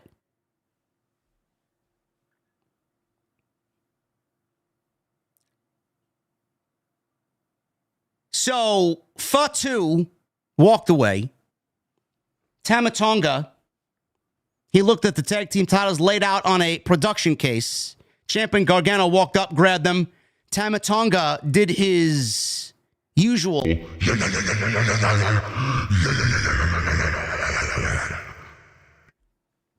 This is a thing now, starting to get over. So, Ciampa ran into and yelled at Pretty Deadly after the stare down with Tama Tonga. Gargano said the tag team title match of the Royal Rumble is their biggest match ever, the biggest match of their lives. Elton Prince told Johnny Gargano and Tommaso Ciampa that tomorrow night they will be on their own. Good. The way it should be. Michael Cole and Pat McAfee, they were shown at their little desk by the aisleway. McAfee introduced Tyrese Halliburton, who joined the two at their desk. Halliburton said he was excited to have the Rumble in his town. McAfee noted how it's Pacers versus Hawks, 5 p.m. tomorrow, and wondered if we would see Halliburton in the Rumble. Halliburton said the plan is to beat the Hawks and then show up at Lucas Oil. It's going to be close, huh? I don't know. 5 p.m. game. 6 p.m. start for the Rumble. The men's Rumble will probably be going on last, so he'll probably get there in time. I'm thinking we open with the women's Rumble. We go to the tag team title match. We go to Cody and KO, and then the men's Rumble closes. That's what I think we do. We got a vignette. We got a great vignette focusing on Kevin Owens and Cody Rhodes. This was a great vignette where WWE licensed the rights to a rock song, which blew my fucking mind. They actually incorporated rock music into a vignette on their TV program. Papa Roach, Even If It Kills Me, made this entire video package fucking great. Great video package. And the music went beautifully with it.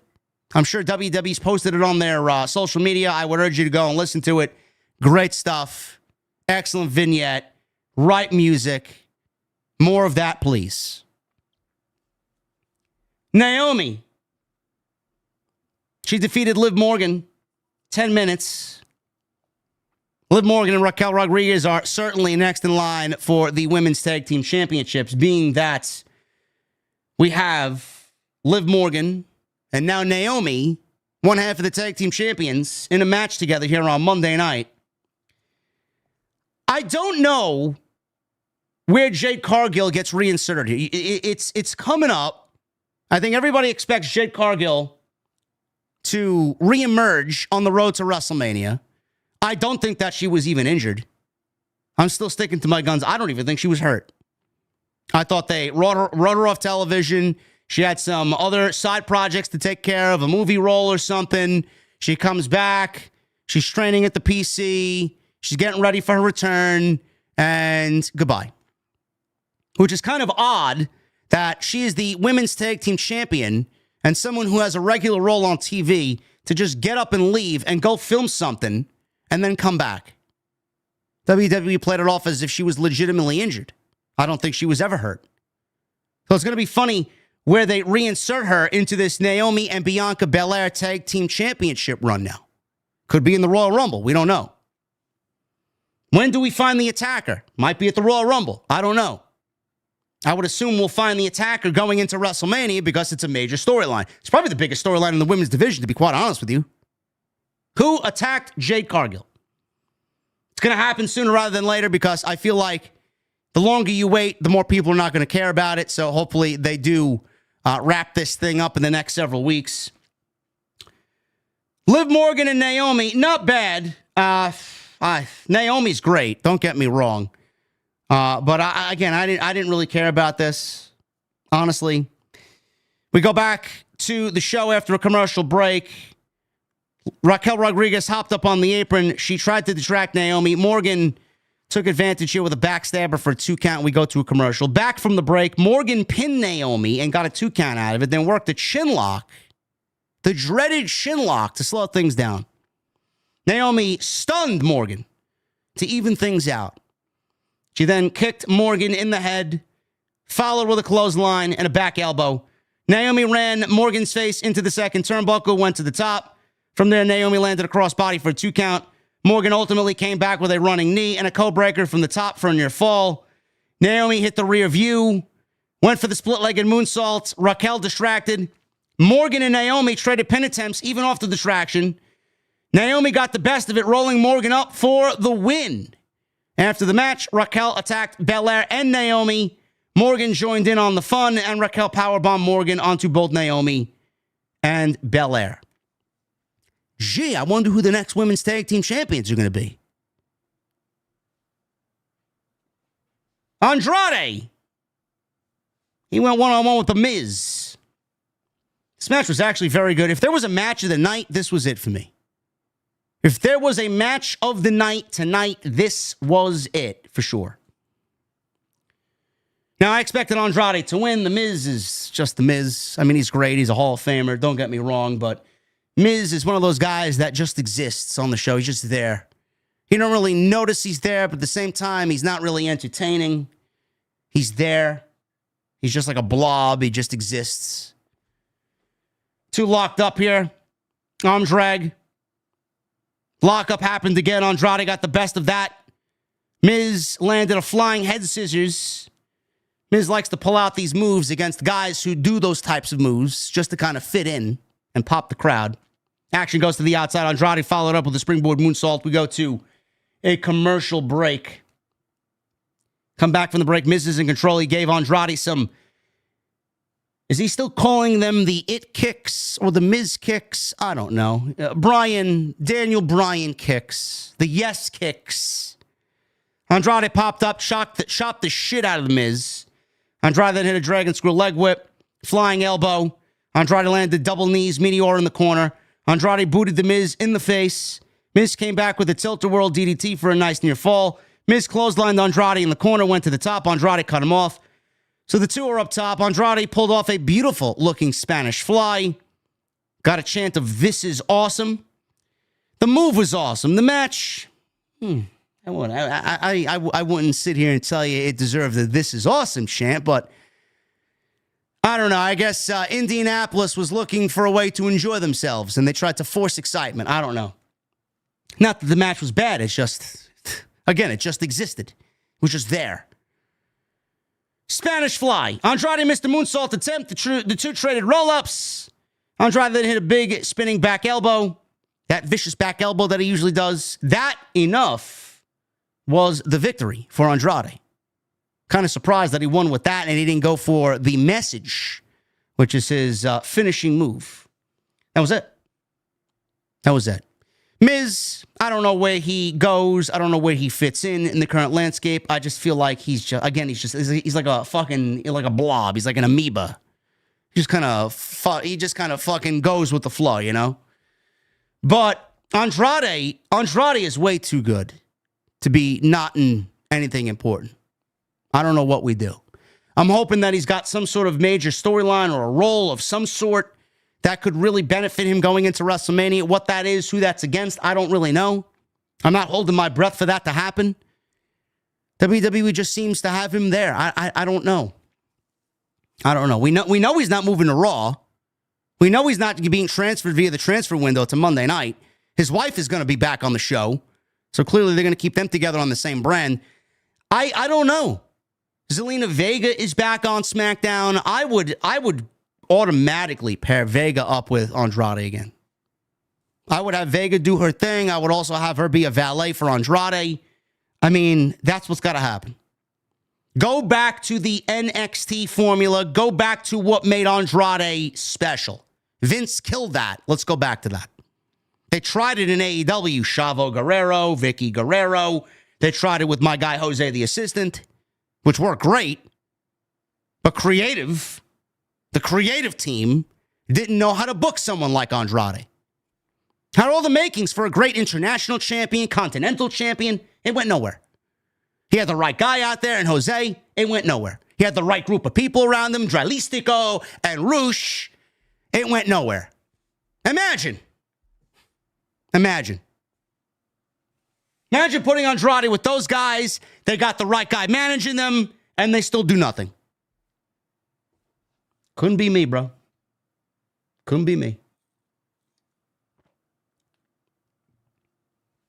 Damian Priest ran into Santos Escobar backstage. Priest wondered why Escobar was even talking to him in the first place. Escobar told Priest, "I'd see you around." R-Truth appeared. He told Priest they were at Raw. Clearly they were not. They were on Friday. Damian Priest said, "You know what? I'm not even going to try." Priest told Truth to never change, and he turned around, and right there is LA Knight. Nakamura was waiting in the background. He was pacing back and forth with the United States Championship. You saw him wearing his blackout attire, roaming the hallway backstage with Priest and LA Knight talking to each other. Truth hopped in and said, "Welcome to Raw." LA Knight wondered if they were going to get the W tonight, that they were going to take care of Jacob, Fatu, and Tama Tonga. So Priest said, "Tonight, yeah, but come tomorrow, I don't know you." Meaning that it's every man for himself in the Royal Rumble. But tonight, yeah. Tiffany Stratton was shown walking backstage. She ran into Zelina Vega, who said she has her eyes on the WWE Women's Championship. Tiffy talked down to Vega and basically kind of brushed her off. Great. What has she done to eye the title? Like nobody else is involved? Work your way up and then we'll talk. She talked down to Vega. Turns out that Stratton is going out to talk to Michael Cole and Pat McAfee as we got Tiffy time with Tiffany Stratton. McAfee and Cole were in the ring. Cole introduced Tiffany Stratton. She made her way down to the ring. Cole asked Tiffany how her life has changed since she's won the WWE Women's Championship. Tiffany said she has always been championship material. Stratton said now everybody knows she's championship material. McAfee said everyone wants what she has. And McAfee listed off wrestlers who might win the Royal Rumble. Nia Jax, Bianca Belair, Candice LeRae. No, she won't. Neither is Nia. Tiffany says it doesn't matter who wins because it will always be Tiffy time. Tiffany was talking Candice LeRae's music hit to no reaction. Zero reaction. LeRae called Tiffany pathetic and said Tiffany didn't deserve to say Nia's name. LeRae said Tiffany betrayed both Nia and herself. The crowd started giving her the what treatment. LeRae stepped into the ring and called Tiffany jealous. LeRae told Tiffany to enjoy what little bit of Tiffy time she has left. She said she has entered the Royal Rumble. Great! Candice LeRae has entered the Royal Rumble to the excitement of nobody. Tiffany backed LeRae into a corner and Nia Jax attacked Tiffany. Tiffany moved in the nick of time, and Nia Jax accidentally splashed LeRae in the corner. Jax rebounded quickly, hits a leg drop, and her finish on Tiffany, and Nia Jax stood tall to end the segment, giving you the illusion that Nia Jax could possibly win the Royal Rumble. No. Nia Jax is not going to win the Royal Rumble. LA Knight. He teamed with Damian Priest, Jacob Fatu, Tama Tonga. This was the go-home show main event. Decent enough. Got everybody involved. We'll see, I'm assuming at least 3 of these guys. We'll probably see Tama Tonga in the Royal Rumble. We'll see all 4 of these guys more than likely in the Royal Rumble. You know, I'm looking at this show and I'm reviewing this show. Clearly, we know what the A show is. Clearly, we know what the A show is. It's Raw, Netflix, the big $5 billion deal. We all know that.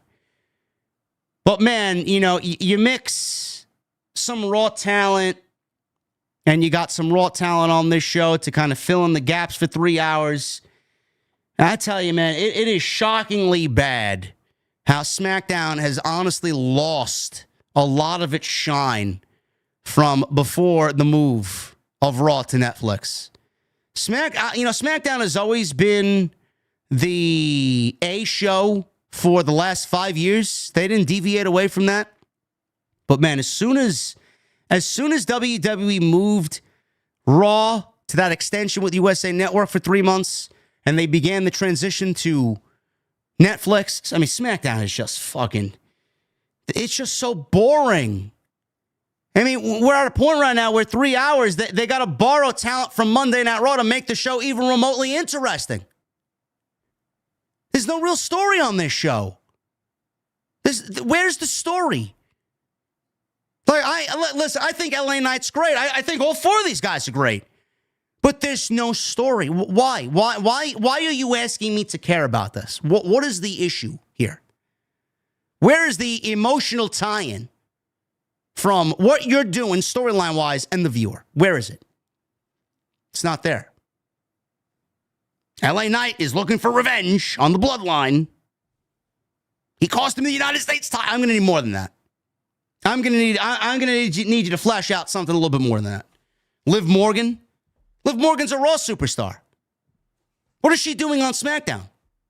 The tag team champions are the ones who can float over to Monday. I guess the transfer window is open. Then anybody can walk through the transfer portal, I guess. But Liv Morgan's a Raw star, helping SmackDown. CM Punk. First 20 minutes of this show was fucking CM Punk. SmackDown needs some change, bro. They need a overhaul on the roster. There's nobody to really buy into here. The story with KO and Cody has kind of fizzled out. It ends on Saturday.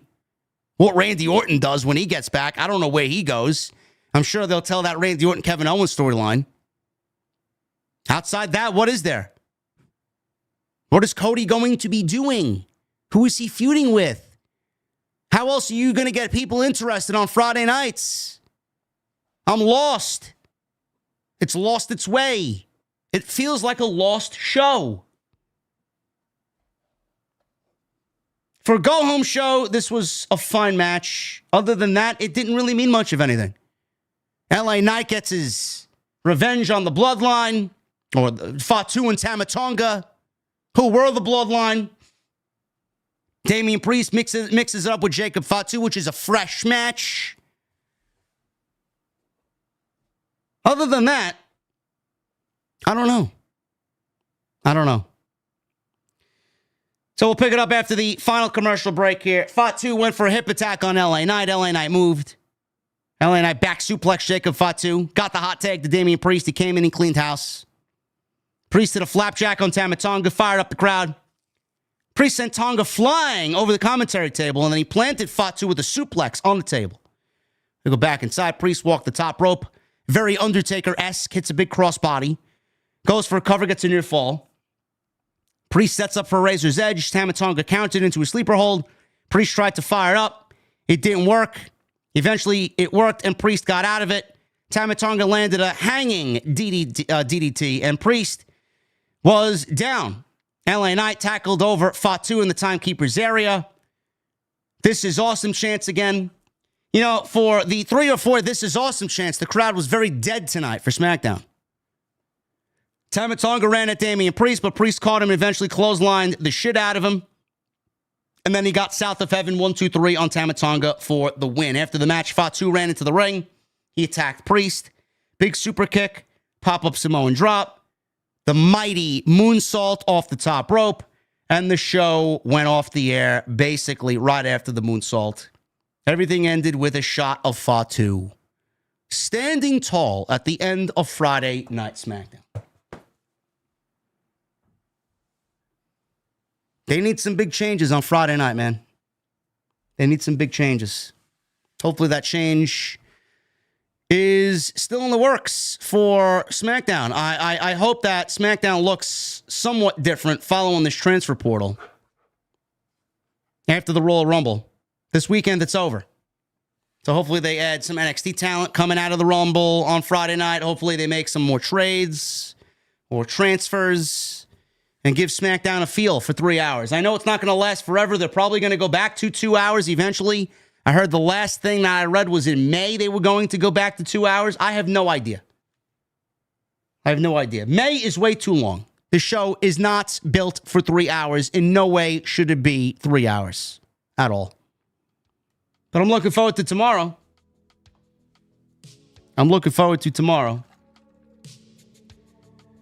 Tonight, we are sponsored by my great friends over at Magic Mind. This bottle, bro. The mental health shot. I got a ritual in the morning, man. You guys know I love my coffee. I just started brewing my coffee in the morning on my new machine, grinding my own beans. I love it. It's like a ritual for me. If one thing in my day makes me happy, it's that. But sometimes the caffeine, man, it's a little too much. I need something a little bit more natural. A little bit more streamlined into my day-to-day. Something that's not the usual. Something that's going to keep me focused without the crash. No brain fog. Less time for naps because I'm always ready to go. Magic Mind is that. I wake up every morning. I got 2 boxes on my countertop right next to my coffee beans. I got 2 boxes of this beautiful product. Every morning I wake up, I open myself a Liquid Death. I mix it up together, pour the Magic Mind into the Liquid Death, and that's what I have. Before I have any breakfast, before I have any caffeine, any coffee, Magic Mind is my go-to. They are my hot tag when I wake up. If we want to talk tag team wrestling-wise, they are my hot tag. Magic Mind. Say goodbye to feeling amped up and hello to being dialed in. Sharper mind, less stress, stronger motivation, and calm energy. For that sharper mind, they got Lion's Mane Mushroom. For energy, they got the Cordyceps Mushroom, B2, B3, and B12 vitamins. And for less stress, ashwagandha, turmeric, vitamin C, and vitamin D3. This is all good stuff. All natural stuff. Make sure you guys get yourself a bundle subscription, 45% off when you use my unique link. Where you can find the link down in the description and pinned atop the live stream chat. Make sure you guys go check it out. 45% off bundle subscriptions. MagicMind.com/JDJAN. If there's one thing about what I do, I never would steer you guys wrong, man. Everything on this show, everything that I tell you guys about, I actively use in my day-to-day. And when I tell you I use this every single day and it works, it works. I don't put my name behind something that I don't use. So make sure you guys go and do it. magicmind.com/JDJAN. Go get yours today. And I want to thank them for once again sponsoring the podcast right here on OTS.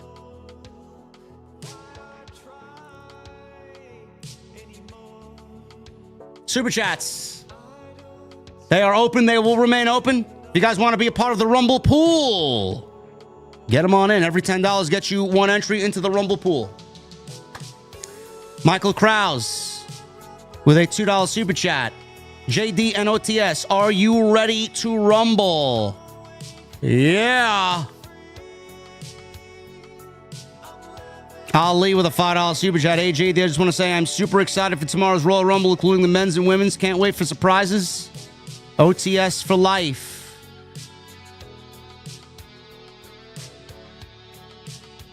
Everybody's excited, Ali. I'm excited. You're excited. Everybody's excited. Mitchell Almond with a new membership. Mitchell, thank you for the membership and becoming a VIP. What the fuck is Mitchell drinking, chat? Does anybody want to make a drink recommendation to Mitchell?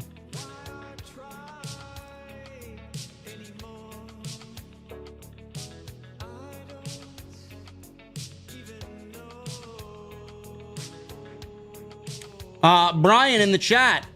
Fuck off, bro. Now you're gone. Oh, the money will make you say anything, JD. I use the product every fucking day. I use the product every single day. It makes me better. I want to make you guys better. Why don't you shut the fuck up and let me do my job? Everybody's got something to say. Why don't you start your own fucking show and get your own sponsors and you do your own thing? Nobody asked for your fucking opinion. Now you're gone. Go watch somebody else.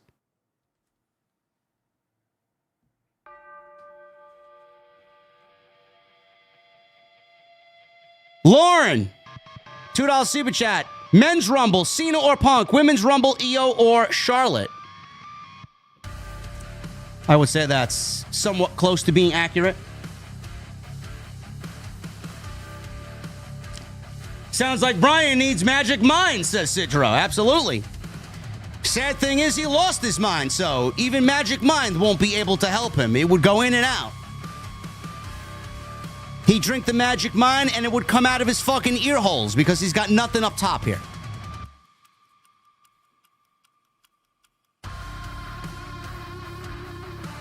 Thank you, Lauren. DX Tricksters with a 43-month membership. Saw Trivium last night. Live. Played entire album of Ascendancy. What a crazy gig it was. My neck and voice still hasn't recovered yet, but it was well worth it. You know, I have never seen Trivium live. Never seen Trivium live, man. It's one band I would go pay money to go see live. They always. I work almost every day. Honestly.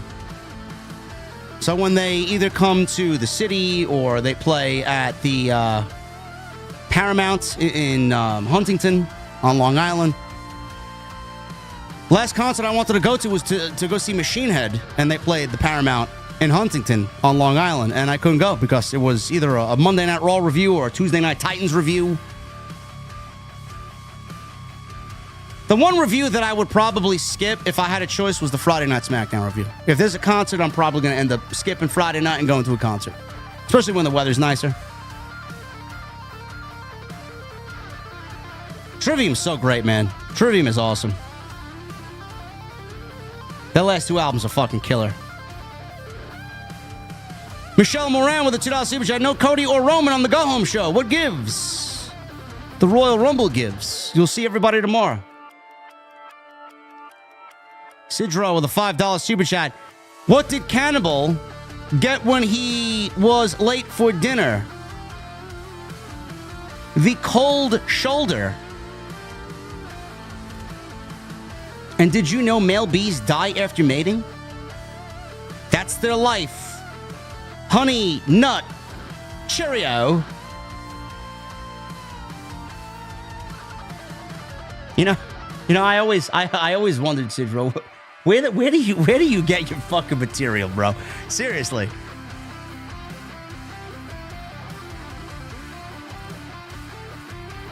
JD, did you hear about Brock Lesnar? I only heard Brock Lesnar's name mentioned because you guys keep mentioning Brock Lesnar. Did I read the report? No, I did not read the report yet. Tony Brown with a 32-month membership. Hey, JD, I don't always comment, but you best believe I'm here one day. Maybe I can be a JD mod, perhaps. Maybe I'm too old, he says. Tony Brown.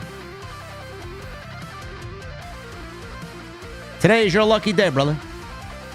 Tony Brown is now a moderator in the chat. 32-month VIP. Tony Brown, I think, has earned his stripes for moderator.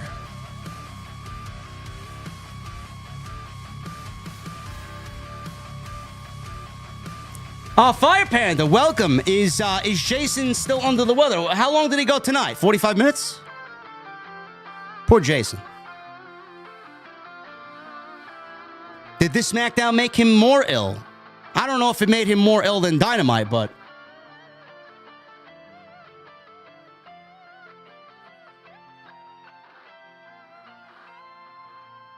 hopefully he gets better.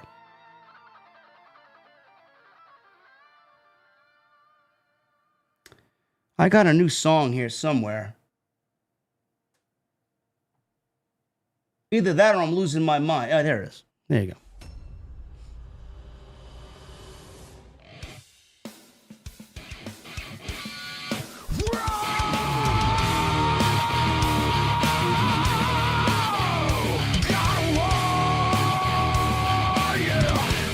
Oh, yeah.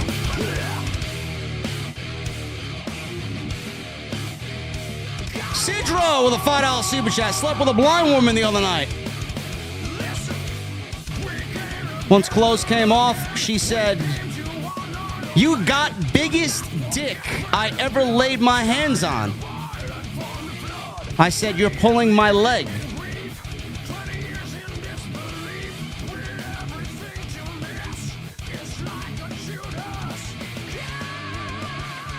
Sidro,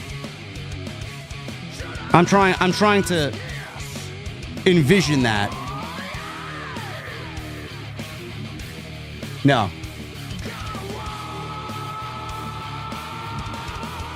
Tribal Chief with the $2 super chat. JD, wow, is better than AEW. OTS for life, pal. Nobody cares about AEW this weekend, Tribal Chief. I love you, bro, but it's Royal Rumble weekend.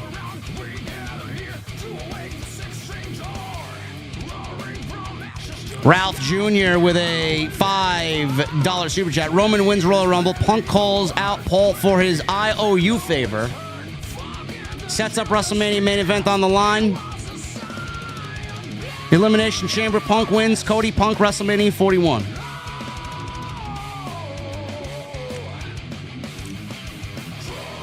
So then who does Roman get at WrestleMania?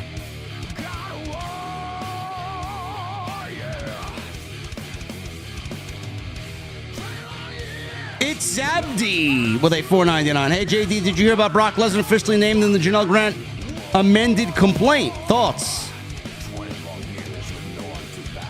You want my thoughts? It's Abdi.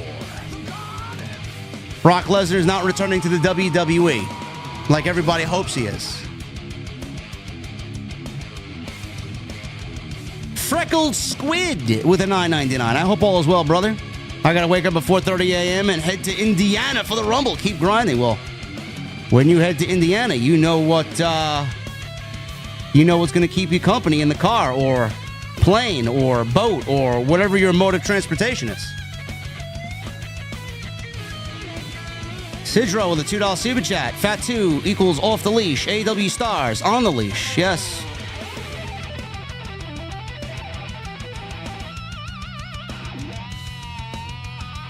Joshua with a $4.99. What's up, JD? Could you see The Rock appearing in the Royal Rumble match?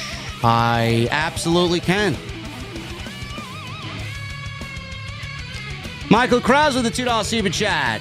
Get well, Jason, from me and the OTS family. Absolutely. We love Jason. Johnny Boy 222 with a 199. The back shots Jacob Fatu could give me would be ungodly. You know, I'm gonna have to pause you there, Johnny Boy. I may have to kick him out of the venue.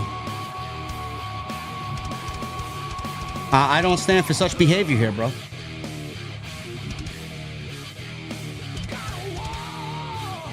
Prince Petey with a $2 super chat. JD the Realist. I try. Sometimes I get in trouble when my mouth gets me in trouble. But I try.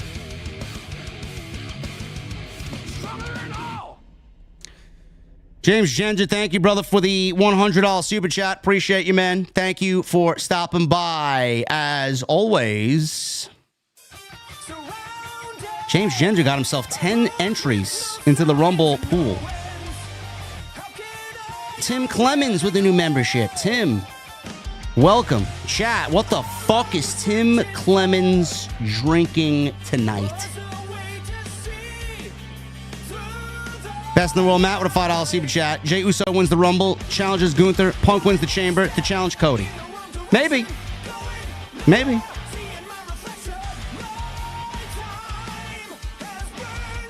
Yeah, I agree, Hologram. These super chats are getting very sus. Michael Krause with a 2. Punk wins, Rock comes out, Punk gets screwed. I could also see that. I could see any one of these scenarios happening.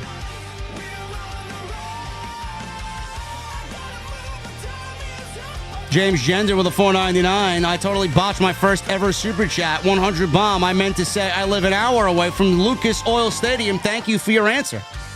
Yeah, stay home, brother. Stay home.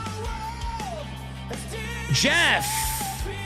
Hey, JD, due to the recent drop in ratings on Monday Night Raw, do you believe this will push WWE to have The Rock win the Rumble? That probably will produce must-see TV on either Raw or SmackDown going forward and the road to WrestleMania. I mean, it's not a bad idea, Jeff.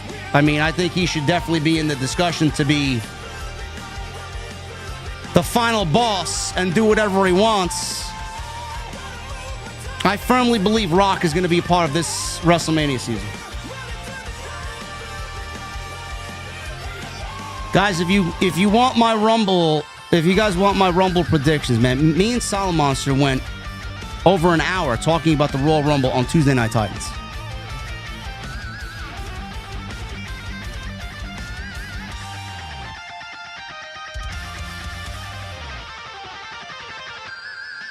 I love guitar. I love the sound of an electric guitar. Just throwing that out there. Sound Waves with a $1.99. Have you ever seen the movie The Breakfast Club? I have not. I have not. Raging Girl Gamer with 51 months. Looking forward to Charlotte getting her title she never lost. Rage, I'm gonna have to flag you. I'm sorry. I gotta cut you off. I mean, the bartender clearly is not doing his fucking job.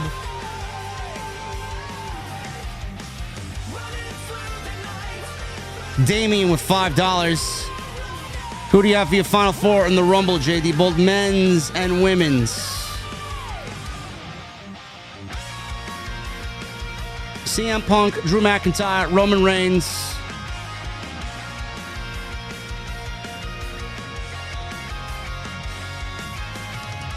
It's tough. Punk and Reigns are going to be there. McIntyre, I feel, is going to be there. Jey Uso.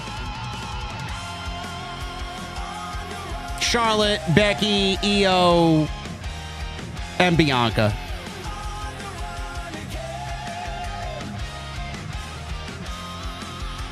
Bruh man from the 5th floor with the $4.99. I think Pretty Deadly defeat DIY to become tag team champs, but before they do, they need a gimmick change like yesterday. Yeah. I think they definitely need a gimmick change, for sure. Less comedy and more serious, I would say. That's my hope for them. For Pretty Deadly. Prince Petey with the $2 super chat. Boo, get this guy out of here. I mean, one of the fucking trolls that tried to come in here and spew garbage? Yeah, they're gone. Rashad Freelove with a $1.99. JD, keep your foot on AEW's neck. The show sucks. I'm going to try, brother. I may have to ease up a little bit. People are getting angry over there.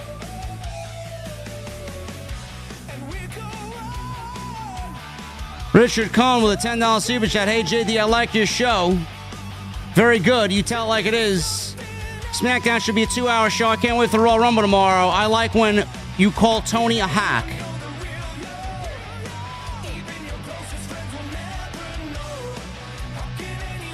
The bastard with a $1.99. Thank you, Richard. Week 4 of SmackDown going 3 hours. Another boring show. It wasn't the greatest.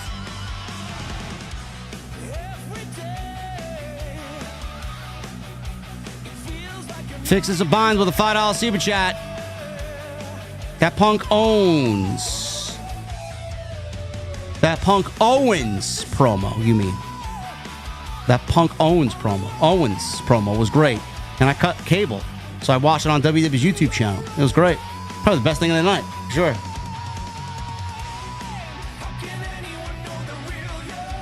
Logan the Inspired with a $50 bomb. These past 5 months have been some of the hardest months for me with personal stuff going on, but you've helped me get through more than you will ever know, JD. OTS for life. Also, I'm going to the Rumble tomorrow, and I couldn't be more excited. Let loose tomorrow, brother. Enjoy yourself. It's going to be a great show. And I appreciate that. We're here to help. You got a great community. You need anything here, there are some great people in the chat that will be willing to sit with you and just hear you vent, bro. Lauren with a $2 super chat. Prefer Orton interfere in KO match or the Rumble? He's going to interfere in the Owens match. My prediction.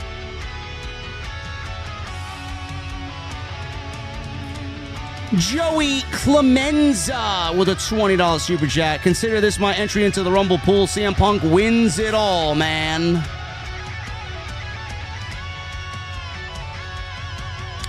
That's tough to deny right there, Joey. I think Punk is everybody's odds-on favorite. Raging Girl Gamer with a $50 super chat. Hologram is trying to get to 50 subs. He's 9 away. I know we can't really promote in here, but I want to shout out my boy Hologram. That is where you're mistaken, Rage. This is why I had to flag it. Once for Charlotte, and once again here for being incorrect. Hologram can promote. Hologram actually had the respect to reach out to me and ask if I would allow him to promote in the chat. I do. Hologram, you can promote your link. I don't know what type of content Hologram's got, but if you guys want to support Hologram, who's 9 subs away from 50 subs on YouTube, go and check him out. Thank you, Rage. We love Rage. Billy with a 30 months. What's up, JD? What do I need to become a mod? By the way, Ministry was a great band back in the day. Real rock music, not the shit we hear nowadays. Billy, you gotta say nothing, brother. You gotta say nothing, brother. More mods I have in here, the better.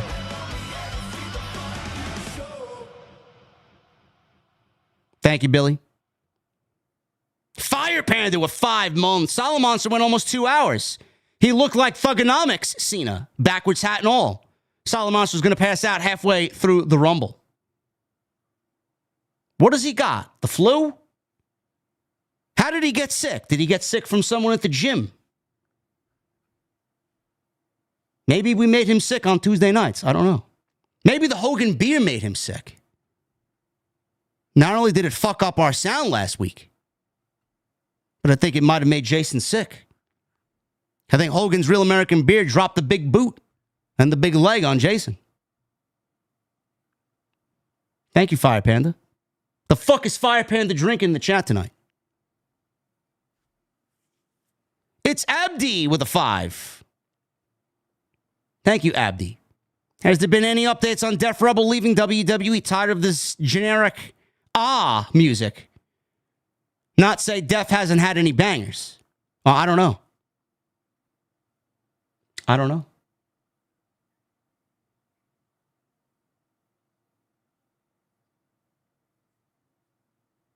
He actually mentioned the Hogan beer on Wednesday. He sounded like shit on Wednesday. I listened. It's funny because he was good Tuesday for the show. We went almost 4 hours. You could tell he was just, I thought he was just tired. He must have gotten sick overnight from Tuesday going into Wednesday. I don't know what the fuck happened. Lauren with a $2 super chat. WWE needs rock music back, especially PLEs. I agree. I agree wholeheartedly. Going to the Rumble tomorrow. Can't wait. OTS for life, says Andre Benson with a $2 super chat. Thank you, Andre. Joey Taylor with a $5 super chat. JD, your favorite Bret Hart in WWE not named Undertaker match at SummerSlam or the Mr. Perfect match at the King of the Ring? Easy. Stone Cold Steve Austin, 1996 Survivor Series at Madison Square Garden and WrestleMania 13. The submission match with Ken Shamrock as the special guest referee. Jesse got flamed for saying Stone Cold can't wrestle, huh? Stone Cold was a great pro wrestler. Romulus with a $10 super chat. Showing love to JD and the OTS family. Hope the Royal Rumble is a banger. Me too. Don't get your hopes completely sky high. We got to temper our hopes and expectations. WWE's played it safe. If they get a banger show tomorrow, hopefully that's the case. Eminem, 200183 with a $5 super chat. If there was an animated version of the Royal Rumble, who's your Final Four and winner? Also, shout out to Hoolagrim so everyone can follow him so he can stream. I answered that before. I'm going CM Punk. If Punk doesn't win it, I'm taking a absolute dark horse in Rock.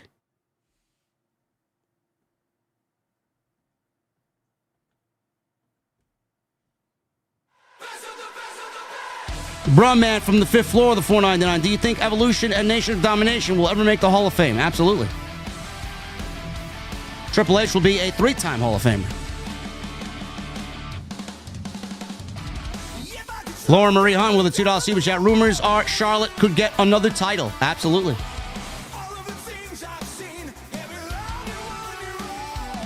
It's coming. Don't be surprised when it happens.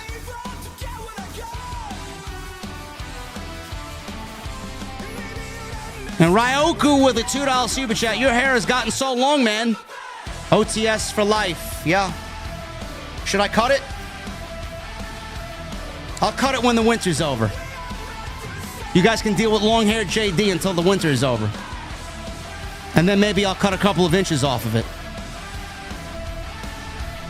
Thank you guys for a great stream. Appreciate you guys very much. You guys are awesome. The Rumble Pool. The OTS Rumble Pool is rocking and rolling. Follow me on social media at JD from NY206. Twitter, Instagram, TikTok, and Cameo. Hit that subscribe button down below. Turn on the bell for notifications. It's actually not a wig. It's not a wig. Follow me on social media at JD from NY206. Twitter, Instagram, TikTok, and Cameo. Go check out all the content on the channel. Plenty of it. We will be live for the Royal Rumble tomorrow night right here on Off the Scripts. I'm expecting a major turnout tomorrow. So make sure you guys get in here and be seated. And once again, shout out to Magic Mind, magicmind.com/JDJAN. Go get yours today.